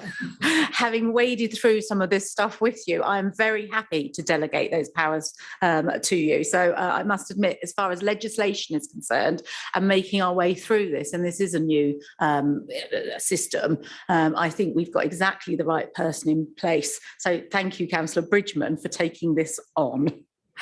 Councillor Sumner. I just want to make a statement for clarity, Leader, thank you. Noting that all members of the executive were to be deputies for Councillor Bridgman. It's safe to say it will be the absolute bottom of that list, and all other members would be approached prior to me. And if it does become a need for me to be there, I will also need to be discussing with my employers. Thank you.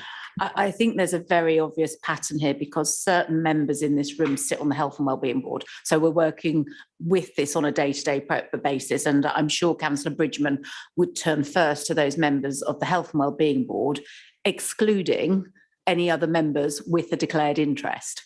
Well, you wouldn't be surprised to say that I'm intending to attend meetings, Leader. I'm not intending to require a substitute, but if I do, point noted.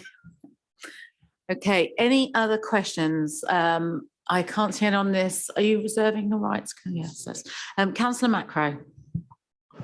Thank you. Yeah, it seems that the health service administration seems to be in a state of constant flux. I hope, for God's sake, that this is the last one for a very long time. I hope we can avoid this kind of acronym soup we seem to be in at the moment. Must be very difficult for members of the public who are watching this to understand. But one of the concerns I do have is, because we have 2 county councils and then 3 unitary councils on this committee. The county council, I understand, each will have 3 members, so 3 votes. Each of the unitaries will have 1 member, 1 vote. And I'm very worried that these county councils would be able to dominate the committee to the detriment of people in Berkshire West.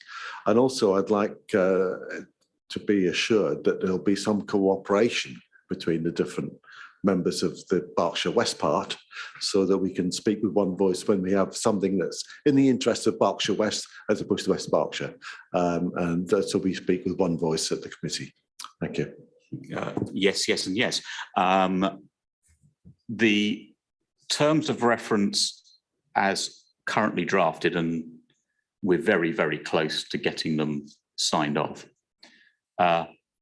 do indeed have members of the ICP, 3 from Buckinghamshire, 3 from Oxfordshire, 2 from the county council and 1 from one of the districts, and individuals from Reading, Wokingham and ourselves. However, on top of those members, there are a whole host of others, including a DCS, a Director of Children's Services, a DAS, a Director of Adult Social Services, the 3 Directors of Public Health, various representatives of 1 represented the acutes, 1 represented the GPs. So there are various other individuals who are voting members of the ICP. However, what is critical in the current version, and I think we're all agreed on this, is that if there is any decision to be passed, it requires a vote of a majority of the whole body, plus a majority of the 6 what I'm going to call founding members. So the 5 local authorities and the ICB, not all of those members, but 6. So that the bodies, rather than 3 members from Buckinghamshire, 1 from West Berkshire. West Berkshire has a vote, Buckinghamshire has a vote, Oxfordshire has a vote. So we won't be outvoted. However, I do think that this will be very much in the way in which we look at health, and those who look at health and wellbeing board meetings will know, and you'll know, that it's very much a collaborative approach. And I don't actually think that there will be discord and voting again. I think we will be singing from a very similar hymn sheet, and we will, because what the ICP is there to do is to put forward the strategy for the ICS. And the whole point of the ICP really is to make sure that we have a broad brush strategy, which we've all agreed on, brings into play the health and wellbeing board strategies that we've all signed up to make sure that we deliver health across the whole piece, but also subsidiarity. We make sure that health is delivered at the right level, so that what needs to be delivered at system is delivered at system, what needs to be delivered at place is delivered at place, and what needs to be delivered at locality is delivered at locality. And I'm having conversations with place-based partnership and so on and so forth to make sure that we achieve that. So I think I completely understand the concerns you express, but I think they can be assuaged. And when you see the published terms of reference, you'll be happy with them. Thank you. Thank you both. Councillor Culver. Thank you, Leader. There seem to be nearly as many rejigs of the NHS as there are new prime ministers. I was just wondering, Councillor Bridgman, are you hopeful that this new structure will result in good outcomes for residents compared with the existing structures of the NHS? Well, not to disparage the existing structures of the NHS and the efforts that everyone in the NHS puts towards the health of our population, yes, I am. 2 reasons. Firstly, and taking another point Councillor Macro made, there are conversations going on between the health and wellbeing elements of, for example, ourselves, Reading and Wokingham, to make sure that we are at a place level singing from a similar hymn sheet. But also, I am actually enthused by the conversations I'm having. I've had conversations with the other health and wellbeing board chairs from all 5 local authorities. I've had conversations with the new executive director of the place-based partnership, and conversations with obviously the chair of the ICB and the other members of the ICP, that we are going towards a place where we, as I just said, deliver health and this isn't just the NHS. This is the local community, this is local authorities as well, this is public health as well. We deliver health at the right level for the population. So what needs to be delivered at system is delivered at system, and what needs to be delivered right down at the GP level is delivered at GP level through the PCNs. And yeah, I agree, the acronyms, one of the things that really didn't help was we had an ICP, it was Berkshire West, suddenly it's Bob. Yeah. Honestly, the acronyms in the HS are unbelievable, but we're living with them. Thank you. I don't see any other hands, so I'm going to go to Councillor Bowick. Thank you, Leader. I'd just like to thank Councillor Bridgman for his leadership in this respect. I think we all agree that it is a sometimes impenetrable picture that we're facing, and I'm happy to second this. Thank you. Members, we have a recommendation laid out on item 2 of the paper. I'm not going to read it all. You can read for yourself. It recommends A, B, C and D. Can I have a show of physical hands if you're in favour of those recommendations? Thank you, Leader. I can confirm that that recommendation has been approved. Thank you, everybody. Can we therefore move on to item 10 on this evening's agenda? Item 10 is a motion to council on sprinklers. Now, first of all, I believe that Councillor Sumner, you're going to introduce this report. Yes, Leader. And does that find a seconder? Yes, and I reserve my right. Excellent. Thank you, Councillor Stewart. Now, before I go over to Councillor Sumner, I understand that the mover of the original motion has the opportunity to explain the motion to us. So, Councillor Linden, you have 2 to 3 minutes to explain the original motion to us, and then we will go back to Councillor Sumner to speak to the report itself. Yes. Sorry. Thanks. Sorry. Linden, I think you've got... I'm muted. Right. Sorry about that. I'll start now. Thanks, Leader. Yes, I'm welcoming that the executive is supporting my motion to council and seconded by Councillor Brooks. It's obviously been also agreed by 2 other unitary authorities in Berkshire as well, Bracknell Forest and the Royal Borough of Windsor and Maidenhead. I think it is very important indeed because of following Grenville and the knowledge I've gained being on the fire authority in terms of how these sprinklers work, which is basically on heat. And it is very important for safety, and it's supported by the national UK National Fire Chiefs Council. We also have a letter going to ministers. So the fire service is run by the Home Office, and Chris Phelps is the Minister for Fire, which recently changed. There's also some involvement from the Levelling Up Secretary, Michael Gove. So I'll leave it to the officers to making sure we go to the right Secretary of State and the right Minister as well.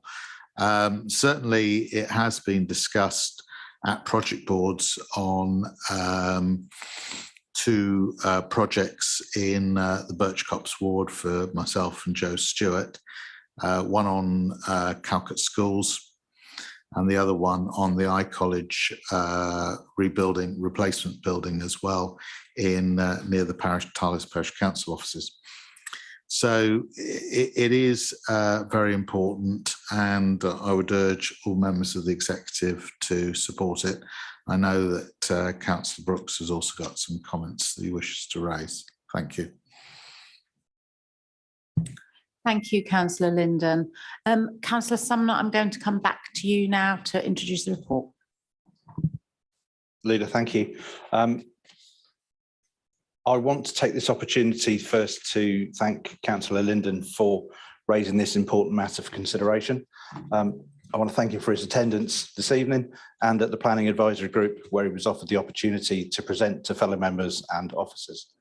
Though we've had discussions periodically, I want to expend my sincere apologies for the severe delay in reaching this stage of the process, primarily due to conflicting priorities and wide engagement that was required across the teams within the authority. The matter having been debated at PAG and between the teams and the authority has driven recommendations as detailed in section 2 of the report, page 89. Recommendation 2.1 is supported by a draft of the proposed letter to the Secretary of State, and as Councillor Linden has rightly noted, that might be Secretaries of State. We have the opportunity to do that. That's not been pre-filled. And for recommendation 2.2, members will note that the proposal going forward is for a risk-based approach to be followed for new council buildings and buildings under major refurbishment, and that's under their own merits. I'm happy to be able to recommend this to members. Thank you, Councillor Sumner. Councillor Stewart, do you wish to reserve your rights? Members of the executive, anybody else wish to say anything at this point in time? Councillor Brooks. Thank you, and I'm pleased to see the recommendation, although I think we could have done better. But despite your apology, Councillor Sumner, I think it's totally unacceptable that 15 months passes before this is brought back to executive. 15 months is unacceptable, and you, leader, should be given assurance that this won't happen again, because frankly, it's just not suitable. Now, you finally got to a point where you're prepared to support this. I would have done it a little bit differently. I would have said that there was a presumption we will install these sprinkler systems unless we are advised that there are good reasons not to. What you've done, or we will be doing this evening, is deciding it's a risk-based assessment, and frankly, any officer can probably tell you there's no risk. But you needed to actually, you should have put the onus on the officers telling you why you shouldn't do it, not why you should. Very big difference in emphasis. So you've gone so far, and there are certainly buildings which you wouldn't put sprinklers into, perhaps storage for salt for roads, grit bins, all sorts that grit depots that you might argue shouldn't need sprinkler systems, and we get that. But you've left yourself open to come back here, as you've done on other things, and said, well, we looked at it, but we don't need to do it, and it's a school. And what Councillor Linden didn't tell you, he and I have seen demonstrations at the Royal Berkshire Fire Authority where a sprinkler system will put a fire out very, very quickly. You'll have that facility back in use within a week or two, because you're only dealing with water. You're not dealing with smoke and the damage that can cause and fire can cause. So, yeah, you don't get a cigar on this one if this is what you choose to do.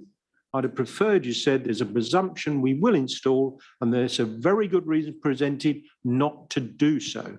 And you've done it the other way around, but it's a degree of progress. Thank you. Yeah, thank you, Leader. Members will note within the report that other authorities have also gone with the risk-based approach. We're not an outlier on the direction of travel that we're following. I note the other comments. Thank you. Councillor Vickers. Very briefly, there is a name missing from this report, and I would hope that we can at least copy the letters to ministers to former councillor, now Alderman Paul Bryant, because I lost count of the number of times when on planning committees, Councillor Bryant asked about sprinklers, and we all sort of groaned and said, not again, but actually we all agreed with him. We really should have done this long ago. So I'm sure he would like to know about progress in this matter. Okay, thank you. Okay, I will make sure he's well aware of that, as I see him on quite a regular basis. Members, we have before us a proposer. Would our seconder like to speak? Thank you, Leader. I'm not going to add anything more. I'm happy to second the paper and recommendations as noted. Thank you, Councillor Stewart.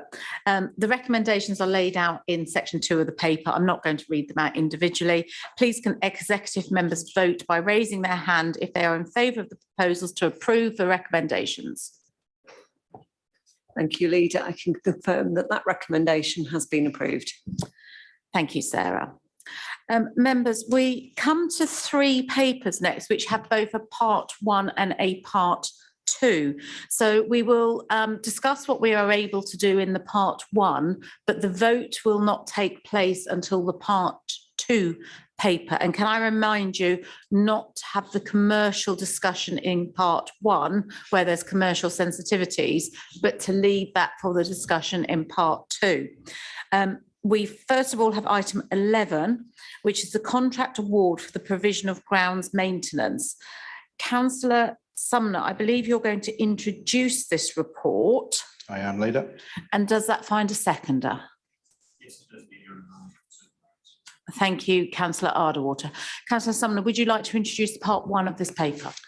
Yes, Leader, thank you. And I will be brief. This paper comes forward following the current contract reaching its term. And accordingly, a tender process has been held for us to ensure the right service model is in place for our grounds maintenance contract for the coming years. Grounds maintenance contract not only deals with the cutting of grass, my favourite topic of dog waste bins, which my fellow members like to remind me on a regular basis, is a hot topic across the district. My thanks go to all of the officers for their work, continued work, both through the life of this contract, which has taken a lot of management, and through the process of the tender. They've looked through 3 sets of bids and evaluated accordingly. The recommendations are detailed in section 2, page 97 of this evening's pack, and conscious that we'll discuss commercial detail in part 2, I will stop there, Leader. Thank you. Thank you, Councillor Sumner. Any questions from members of the executive? In which case, I'll go across to Councillor Culver. Thank you, Leader, and thank you, Councillor Sumner, for that. Just a couple of things. I think it's really good that we're going to have access to the schedule, because I get a lot of inquiries from people about when things are going to be cut. So if we can point them to something online, that will save me having to bother the officers every other day with questions about that. I was just wondering, are we going to make sure that the new contractor is going to take into account our new policy of cutting things less? I think we went down from 3 to 2 cuts per year in order to give verges a chance to grow, for example. And also with the dog bins, I think at the moment, it's a very hot topic in my parish councils as well. I think I'm right in saying that we've got one guy who goes around on behalf of West Berks Council at the moment and empties the dog bins. So he deserves a medal, first and foremost. Do you anticipate under the new contract that there will be more people to do that? Because I know at the moment some parish councils are going so far as to get extra dog bins and actually contract their own person to do it. Thank you. Thank you. Schedule of works, yes, totally agree. I think there are a lot of things that we collectively, and certainly the officers that are managing the contract would like to see along those lines that will benefit not only us, but absolutely definitely our residents. New policies, yes, there very much will be ongoing management and discussion. I think it's fair to say that has been going on and that will continue to go on. We are very supportive of No Mow May, for example, as I know there's something that's close to your heart. So yeah, those sort of things we continue to look at. And we will continue to have conversations with whoever has the contract. See, dog waste bins, you couldn't not mention it, could you? Thank you. I knew it would happen, that's why I got in first. More people, I thought we actually had teams of people doing it rather than one person, in all honesty. I know we've had issues historically with resourcing, which reduced the number. It didn't reduce it to 0.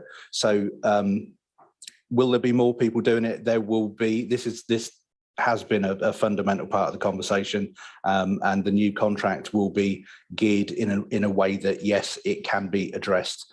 What I will say, though, and I would continue to beat the same drum, is to our residents, if a dog waste bin is full, please do not feel the need to either hang the bag in a tree, put it on the top of the bin, or put it on the floor.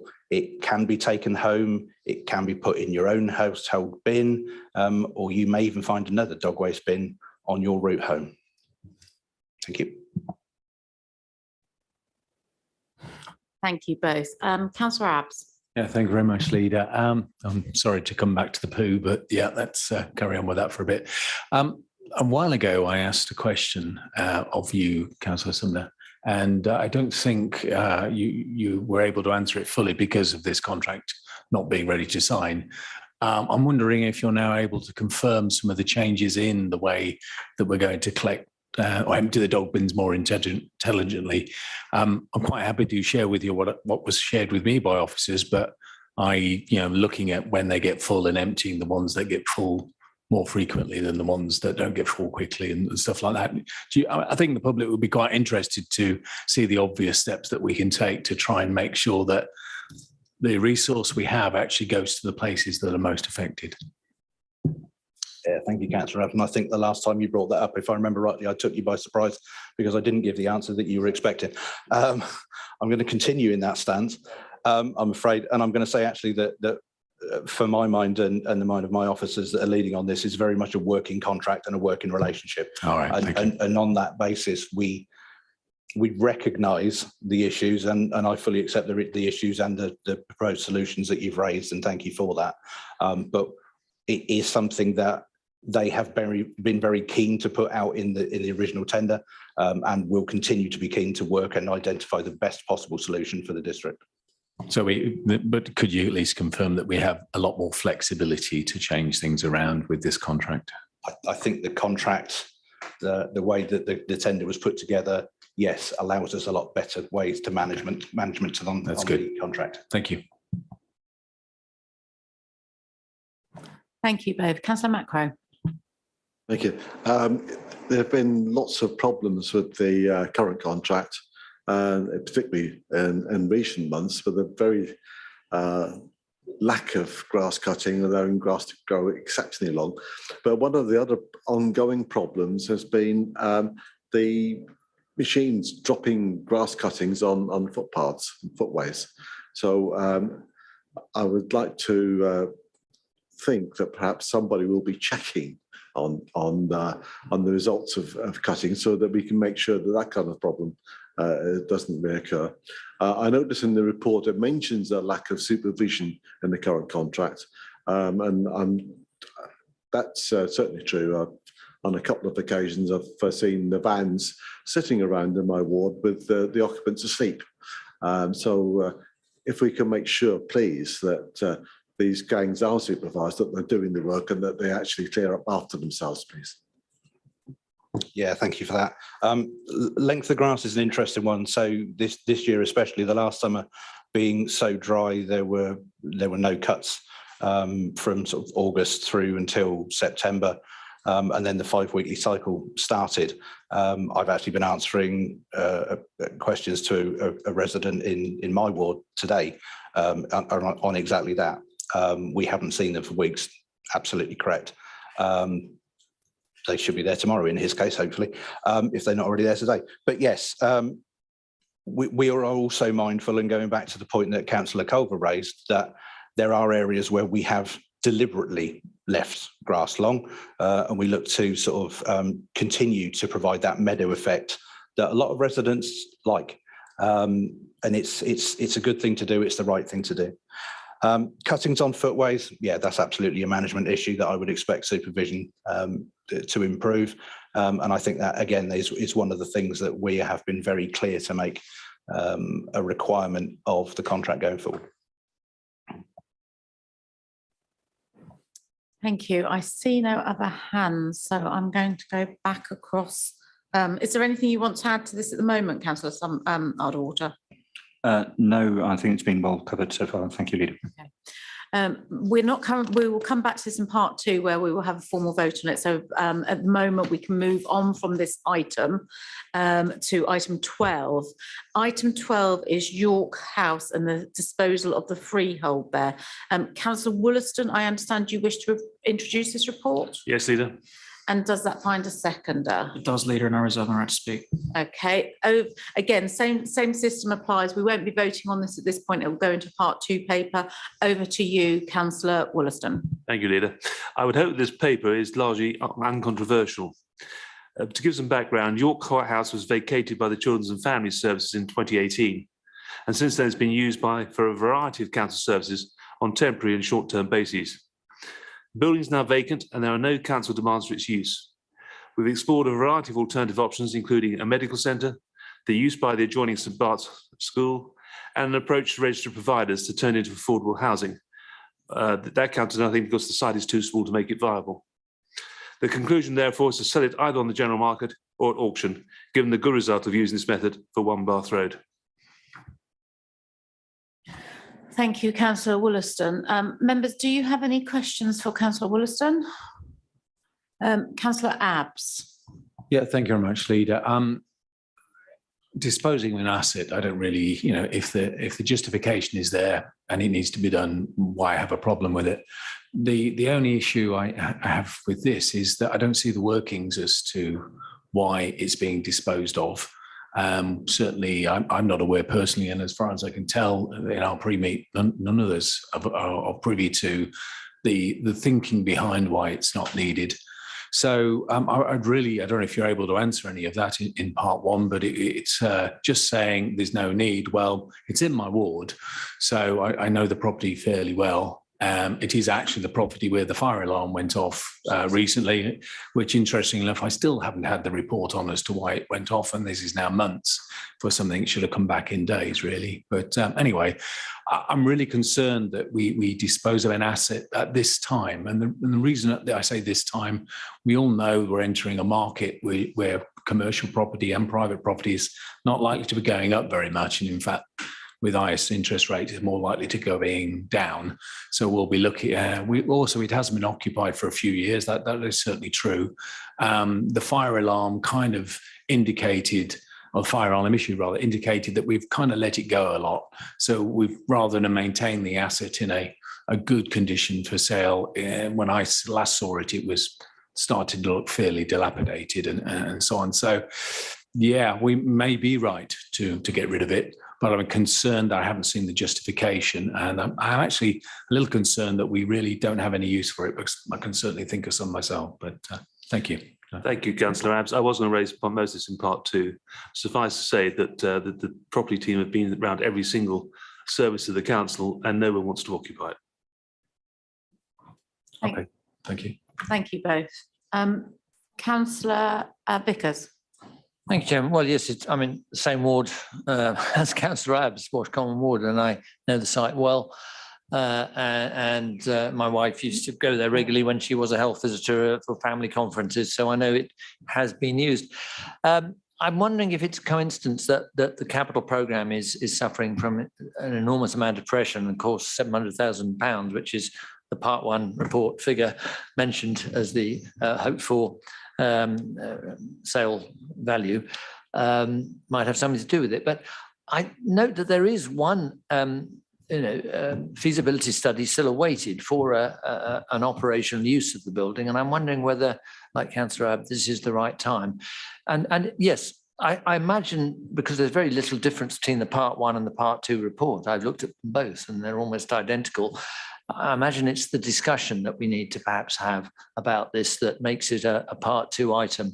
So I await the Part 2 session with interest, because I've got some questions there, which I'm sure can't be answered in Part 1. As you know, Mr. Councillor Vickers, it's not my portfolio. I'm standing for Councillor McKinnon tonight, but perhaps we can cover it in Part 2. Okay, thank you both. Councillor Culver.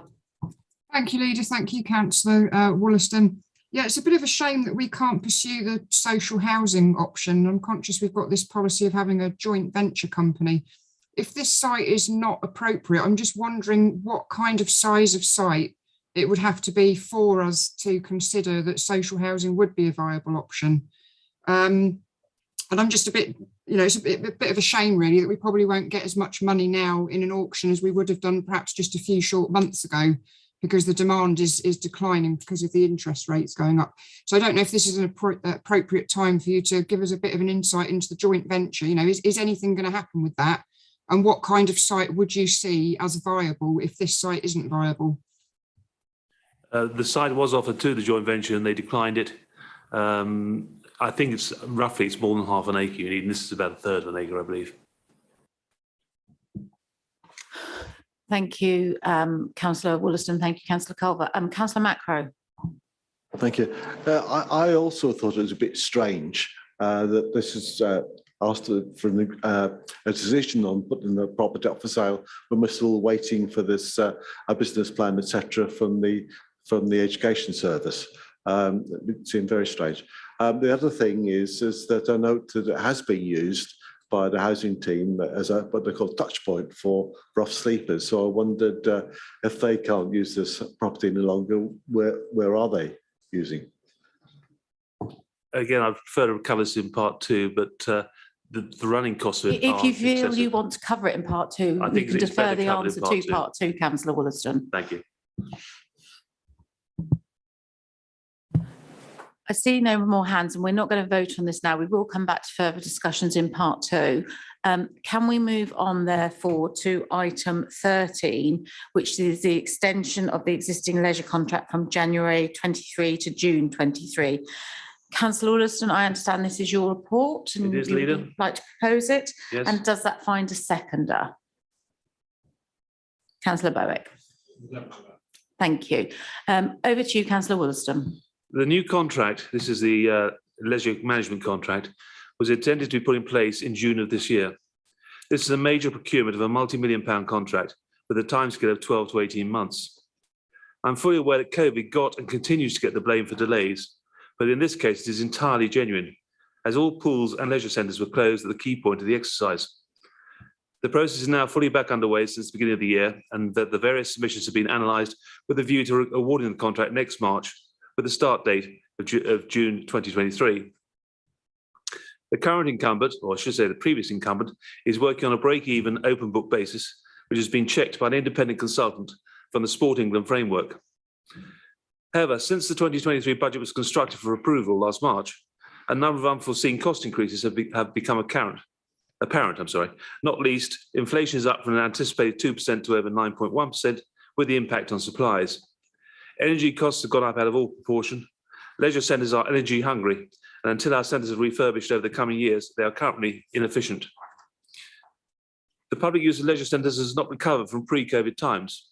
Most local authorities have seen the same reduction as we are, of a reduction to 80% of 2019 usage. Also, there's the impact of cost of living crisis on family budgets. The net result is a significant increase in the cost of running our centres, which I will outline more fully in part two. Thank you, Councillor Wollaston. Members of the Executive, do you have any questions for Councillor Wollaston? You're reserving your rights, Councillor Bowick. Councillor Abbs. Yeah, thank you very much. From this side, from what we see is a very pragmatic approach to extending the contract for a short period to allow us to figure out something or finish something off that was already started. So generally support what's going on here. Thank you, Councillor Abbs. In which case, we don't have any requirement to have a vote at this point, and we can move forward with this evening's agenda, which is item 14, our members' questions. So first of all, I'd like to thank all of those members that have submitted questions to this evening's executive. Your questions will appear on the screen and will be answered by the relevant portfolio holder. I do believe you all know what we're doing it in accordance with, so I'm not intending to read this out every time going forward. But please note we've got 60 minutes, and if your question has not been answered in that time, you will get a written response. We were going to start with me answering Councillor Lee Dillon, but as Lee is not here, I will provide him with a written response. And therefore, can we go directly to question B on this evening's agenda, which is Councillor Culver to Councillor Tom Marino. Good evening, Councillor Culver. Thanks for your question. The Electoral Commission has set out their plans for informing the public about voter ID. The public awareness campaign will launch in January 2023 using advertising, partnership work, press activity, organic digital engagement, and the Commission's website. They intend to produce a range of resources, including leaflets, posters, digital resources, and press releases, and our communications team will use these to inform West Berkshire residents. Do you have a supplementary? Thank you very much, Councillor Marino. I've seen the long list of the types of ID that people will be able to present when they come to vote. And I note that there aren't many options on there for young people. So if they don't have a passport or a driving licence, for example, there's very few ways in which they can prove their ID. Is there any way that the council can lobby the government to try and ensure that there are mechanisms that young people can use to ensure that they can vote? For that. So it's my understanding that anyone without a valid form of identification will be able to apply for a new free voter card with the local authority, including here in West Berks.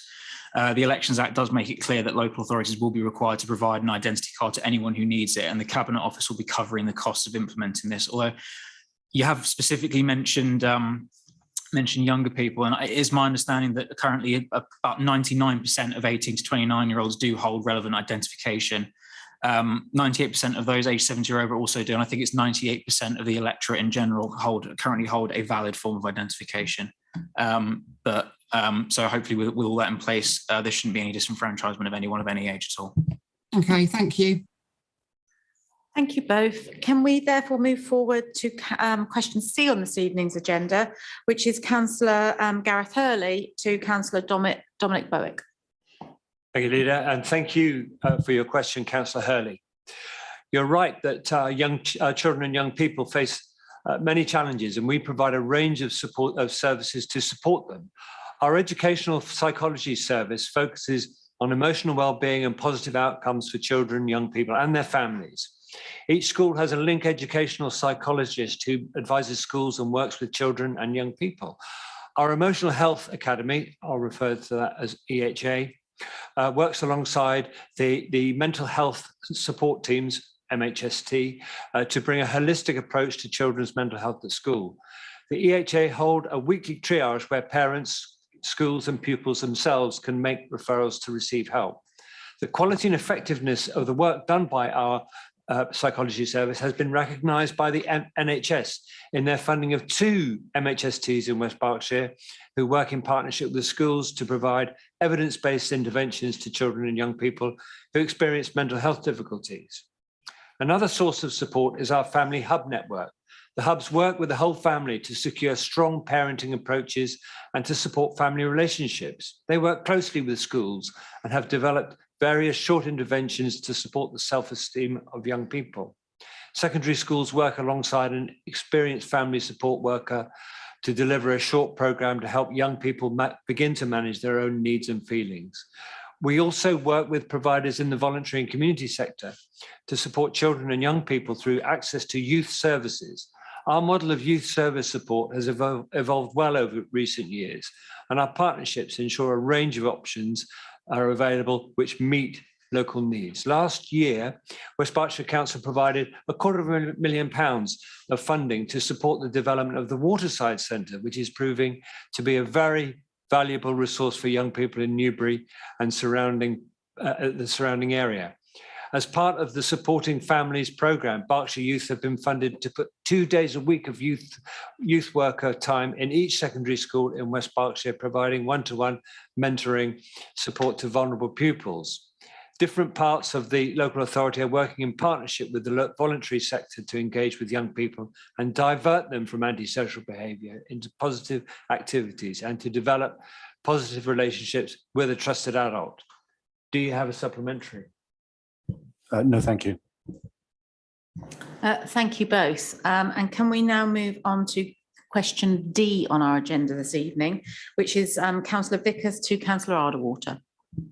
Thank you, Leader, and thank you, Councillor Vickers, for your question.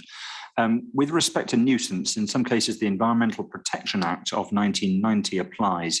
Councils must investigate complaints about artificial light from premises if the light could be classed as statutory nuisance under the Act. In other words, the light unreasonably and substantially interferes with the use or enjoyment of a home or other premises, or injures health or is likely to injure health. It should be noted that within the planning service, powers exist to reduce the impact of lighting from developments which have a detrimental impact on local ecology, specifically bats. Do you have a supplementary question? Thank you. Yes, I do. Actually, as I have an urban ward that I represent, I hadn't had a complaint about this, but for some reason one came from the most remote part of Kintbury not long ago, and it interested me, and I couldn't find anything on the council website referring to our powers. So I was very pleased when this was dealt with. My question supplementary is, can we please have some better information about what we can do about light pollution on our website? Because there's absolutely nothing there. I've tried using various keywords and nothing comes up. So that's my supplementary. Yes, thank you, Councillor Vickers. I'm sure that can be arranged, and I'll ask relevant officers to put that in place. Thank you both. We're now going to move to question H on our agenda this evening. Councillor Abbs has withdrawn G, so if we can move to question H, which is Councillor Abbs to Councillor Arderwater. So thank you, Leader. Thank you, Councillor Abbs. The council is looking to add electric vehicle only parking restrictions next to existing on-street charging points. Unfortunately, lack of expertise and resource has delayed officers' ability to progress this, but the West Mills charge points will be looked at as part of this forthcoming initiative. Do you have a supplementary question?